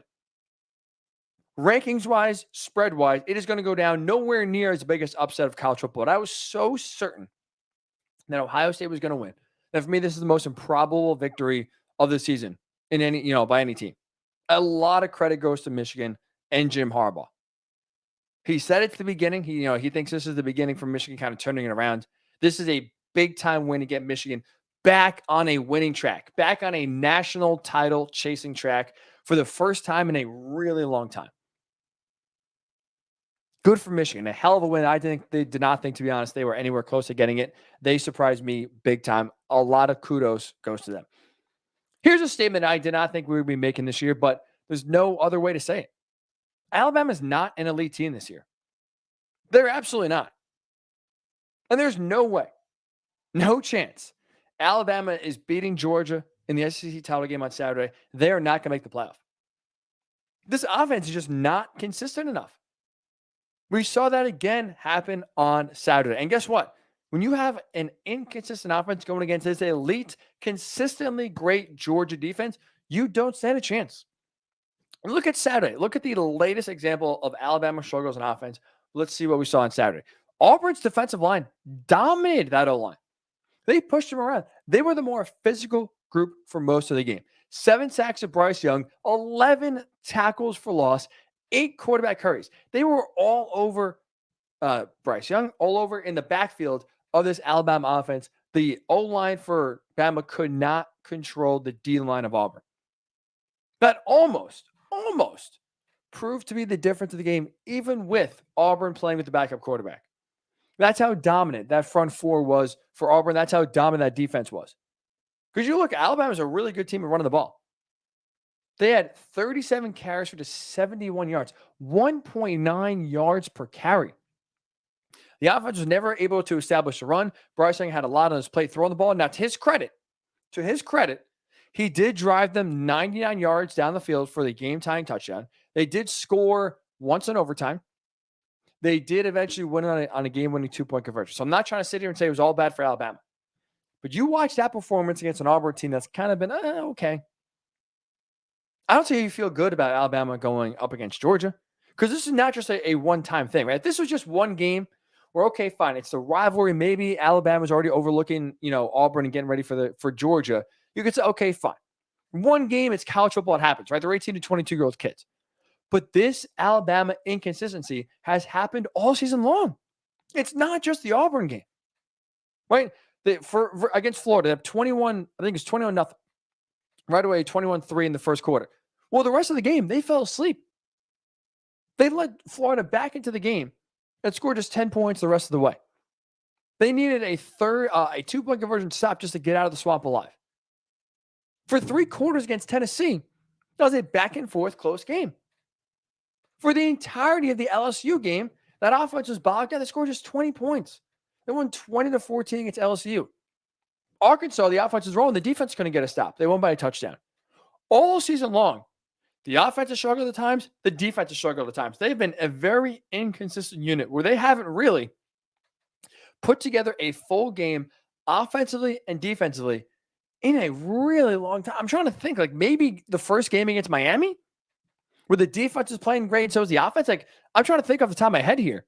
Ole Miss is part of the game. Okay, so since the Ole Miss game was in early October, that was the last time Alabama played a full offensive performance, defensive performance against, a Power 5 team. We're not talking about, Charleston Southern here or the Citadel. So I can't really sit here and tell you Alabama's, I have faith that Alabama's going to go in and beat Georgia, even make this a game. And it's not just what we saw on the field. I think Nick Saban also kind of knows what we're seeing here as well. If you remember last week, Nick Saban had that viral rant, I should say, go viral when he was speaking at his own radio show leading into the Iron Bowl.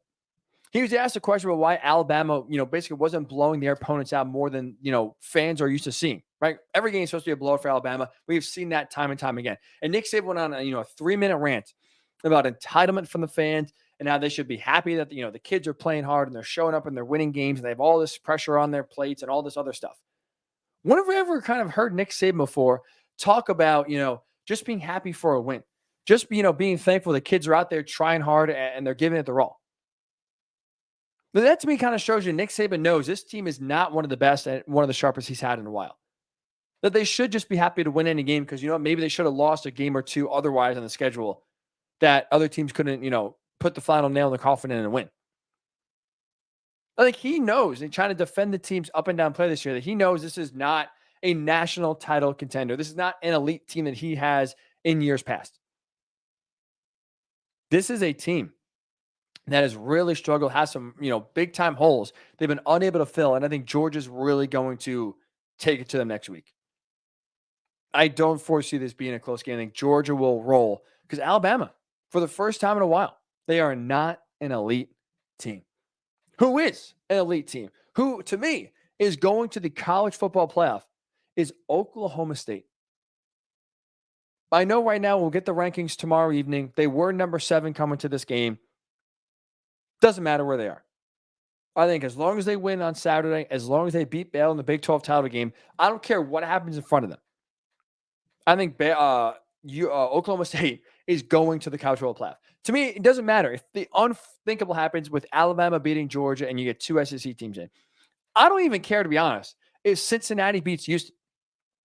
I do think the committee would view a 12-1 Oklahoma State team with 3 wins over top 10 programs higher than they view an undefeated Cincinnati team.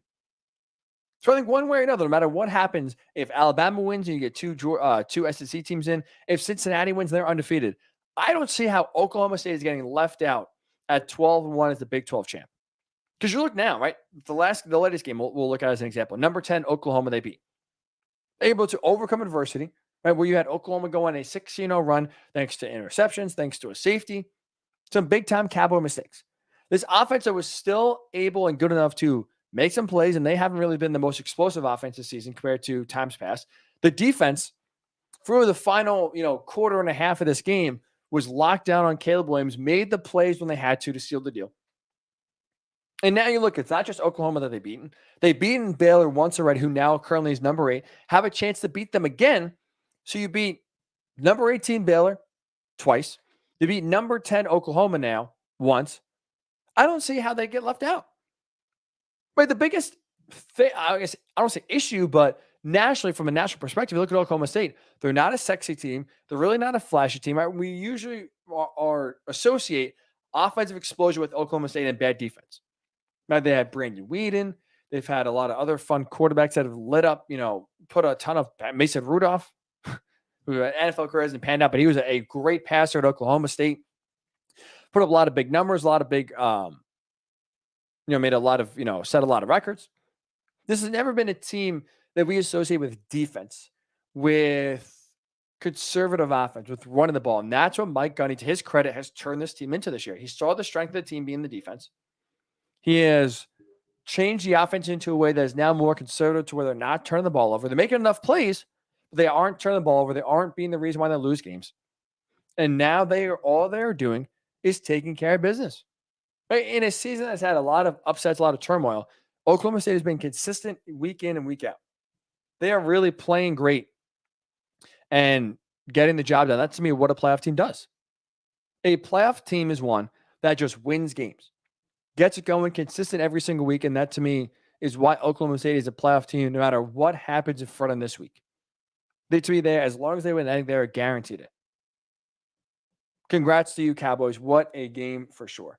And finally here, I do want to, as I'm just looking at the live stream, I do see, I think the sun here is playing a few tricks on us here. Let's see if we can move it that way and make it a little bit better. But finally, I do want to hit on one aspect of Lincoln Riley going to USC that I don't think we've really seen or really heard about too often, and that's this. Who is leaving Oklahoma to go follow Lincoln Riley to USC? I think there's going to be a few players that absolutely should. If you're Caleb Williams, who had a tremendous freshman year for the most part, right? Now with the new transfer rules, you can transfer one time without sitting out. Absolutely. Caleb Williams should want to go to USC and follow Lincoln Riley in his footsteps. Now, I think he will. I think he should. Because if you're Caleb Williams, right, you were one of the top recruits in the country. You chose to go to Oklahoma. You chose to play for Lincoln Riley. Well, he has so far got you to a step where you are one of the best freshman quarterbacks. You already kind of were put on the national stage already with the way you played in the Red River rivalry and so on. You are going to be the quarterback of this team. Wouldn't you rather follow Lincoln Riley in his track record, where he developed Jalen Hurts, he developed Baker Mayfield, he turned Kyler Murray, who's supposed to just play football for 1 year, then go to baseball, turn him into the number 1 overall pick in the NFL, Heisman Trophy winner? Wouldn't you want to follow that guy to USC because he ensures you have the best shot at success going forward? I would. And now with the new rules, I don't see why you'd rather risk that if you're Caleb Williams with the next head coach brought in, which we don't know who it's going to be. Right? Oklahoma is still a big-time sexy job. They will, I think, command big names doing so. But either way, you can't trust whoever is brought in is going to develop you the way Lincoln Riley would. And if you're Lincoln Riley, you absolutely should want Caleb Williams to go your way. There's a ton of talent in the Southern California area quarterback-wise. I get it. Recruiting is going to be very easy. But now when you look, right, we're just about a month away, or less than that. What am I talking about? A few weeks away from the early national signing period, which now a lot of your classes, for the most part, do sign in December. It's going to be almost impossible for you to recruit and get some big-time talents with you to USC for next year. So why not take a quarterback you handpicked, you got out of Maryland, you brought him to Oklahoma. Why not bring him to USC? Make that rebuild even quicker. Like we said, I think it's going to take some time for Lincoln Riley to kind of get his foot settled and kind of turn this roster around, because there's a lot of holes that USC still has to shore up in recruiting. But one of the ways to make it easier, one of the ways to kind of turn the program around quicker, is by utilizing the transfer portal and getting guys like Caleb Williams on campus. So now I do think that whether it's a team that has a great wide receiver group, but really not much else outside of it, I think the transfer portal is going to be something now to watch here for Lincoln Riley the next few weeks. And I think if you're Caleb Williams, going to Oklahoma makes them going to USC makes the most sense for you, as long as Lincoln Riley wants you there, which I don't see why he wouldn't, he should make the move and follow his coach from Oklahoma to USC. We're going to see this now going forward with a lot of big-time coaches, but I do think it's amplified even more when you have such a coach with the stature and the success that Lincoln Riley has going from one big program to another. But usually, we don't see moves like this happen often. But I do think now, with such a big-time name leaving, that I do think it's going to now all of a sudden bring a good amount of players on the roster that want to continue developing under Lincoln Riley, leaving Oklahoma, going to USC. So I'm curious your thoughts here. Should Caleb Williams, in your mind, go to USC? Free one-time transfer, doesn't sit out. He can play next year and be automatically eligible. Should he leave? Should Oklahoma players follow Lincoln Riley to USC? And for Michigan, is that the biggest upset of the year? Was them taking down Ohio State the biggest upset in college football this season? And is Alabama still an elite team? We'll get your thoughts, whether it's Facebook, Worldwide Sports Radio Network, Twitter, WWSRN_radio, at Ryan Hickey Show on Twitter as well. We'll get your thoughts when we do return here. Lincoln Riley going to USC.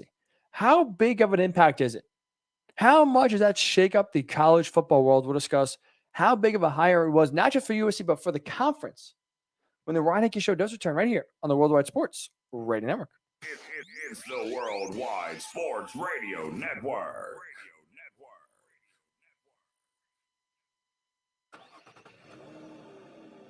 Of course my kid's in the right car seat. Well, I think he is. Yeah, my kid's in a booster seat. He was ready to move up. He is ready, right? Her car seat looks like the right size. There are probably rules on when to move up to a booster seat, aren't there? Rear facing, forward facing. I think I have it right. Car crashes are a leading killer of children 1 to 13. Are your children in the right car seat for their age and size? Don't think you know you know. Go to safercar.gov/the right seat. I know my child's in the right car seat, or else I wouldn't get in the driver's seat. Brought to you by the National Highway Traffic Safety Administration and the Ad Council. You don't usually get a stock tip from a 16-year-old, but I'm here to tell you about a different kind of stock.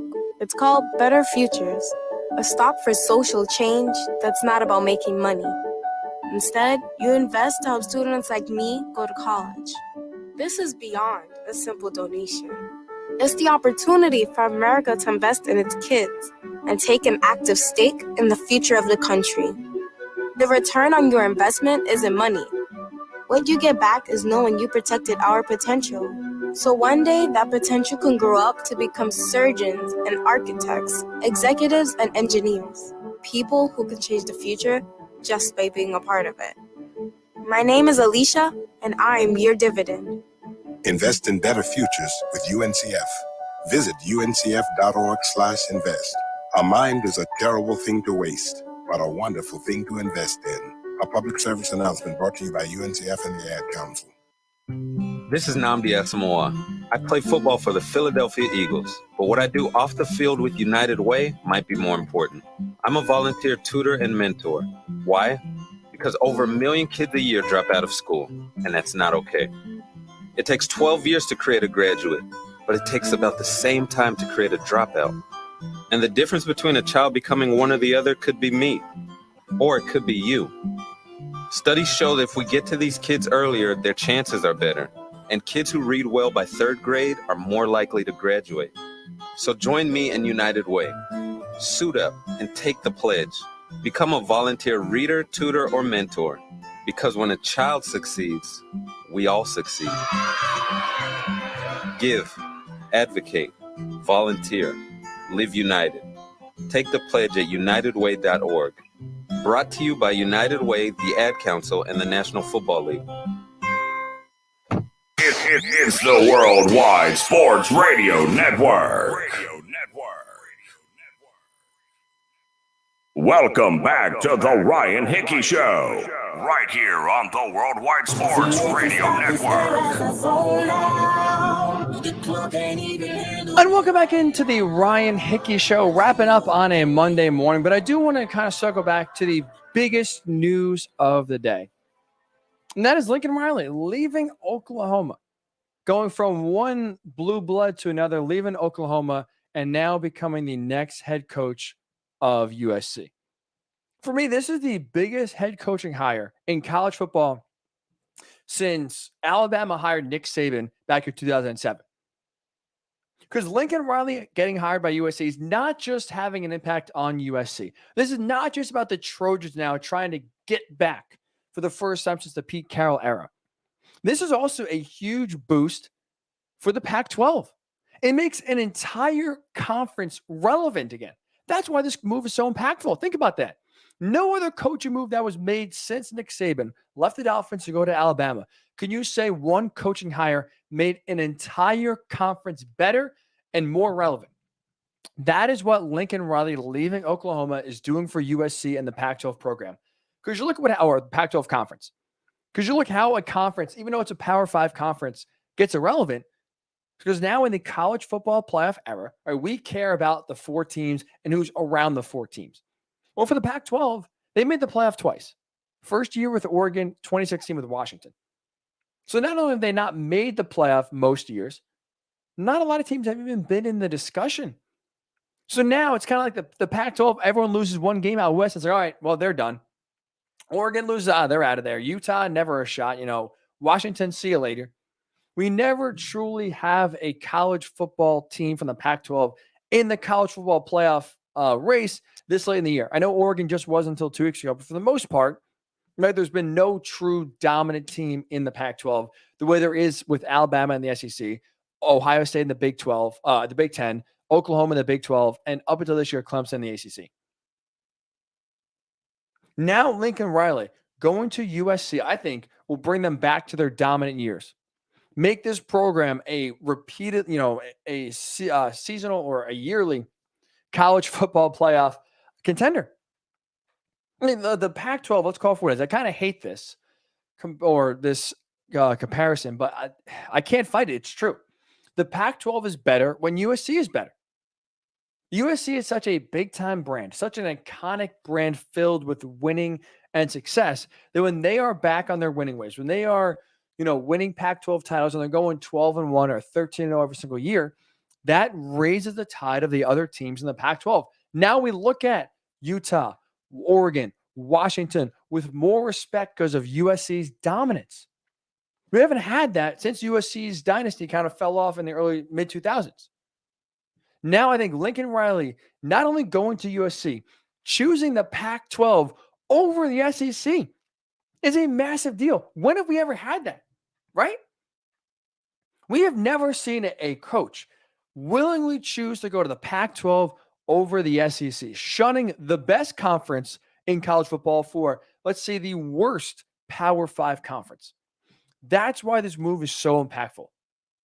Getting USC back, keeping those recruits in Southern California, keeping talented players in the conference is how the Pac-12 gets back to relevancy, how USC gets back to being a premier power in college football. And that's what I think Lincoln Riley will do in Southern California. That's why I think this move is one of the most impactful and the biggest head coaching hire in college football since 15 years ago when Nick Saban was hired by Alabama. This is a move not just about USC. This is a move about the Pac-12. This is also a move about Oklahoma and the SEC. Lincoln Riley could have stayed at Oklahoma and coached there in the SEC. He could have went to, LSU, coached in the SEC. He chose the Pac-12. He saw an opening to where he can not only bring an iconic national brand back to relevancy, but he also can win without many, roadblocks in his way compared to USC, when you have Georgia standing in your way, when you have Alabama standing in your way. LSU is always a title contending team for most years, and I think whoever their head coaches will bring them back to that, consistent level. You have Ole Miss on the rise, especially if Lane Kiffin stays. You have even Arkansas, right? A team on the bottom. But Sam Pittman has brought this team to just being super competitive where they're in the top 25. So now even one of the bottom feeders in the SEC is super competitive. And now you kind of got to watch yourself every single game. There's really no margin for error in the SEC. To where the Pac-12, that is there for the taking. That is there to grab, and Lincoln Riley, I think, will grab it. So this is a major move in college football. For me, the biggest head coaching hire in 15 years. Congrats to you, USC. This is, I think, the biggest home run you could have hit. By far the best coach you could have got. And they are the ultimate winners, no matter who USC hires, no matter who Oklahoma hires. This is the home run hire of this coaching cycle, the biggest home run in 15 years since Nick Saban went to Alabama. Incredible. Congrats, USC fans. I'm sure you are going nuts. Great morning to you waking up, right? We're all kind of sitting here. Monday after Thanksgiving, Monday after a holiday weekend is always tough, right? You're always tired. You always kind of get the Sunday scares going back to work. If you're a USC fan, you, I'm sure, didn't even sleep all night. You are feeling better than maybe you ever have the last 15 years. So congrats to you. Enjoy. That is a big-time hire that I think a lot of success will come your way. So that'll do it for this edition of the Ryan Hickey Show. It's great to be back with you again. It stunk, and I apologize for missing last week. But it is good now to be back on a regular Monday, Thursday schedule. So we will be back on Thursday. Get you ready for week number 13 in the NFL. Get you ready for Conference Championship Week in college football as we have the final weekend of games to decide who will make the college football playoff. So enjoy the rest of your week. Stay safe. As always, stay sane. And we'll talk to you on Thursday right here on the Worldwide Sports Radio Network. It's the Worldwide Sports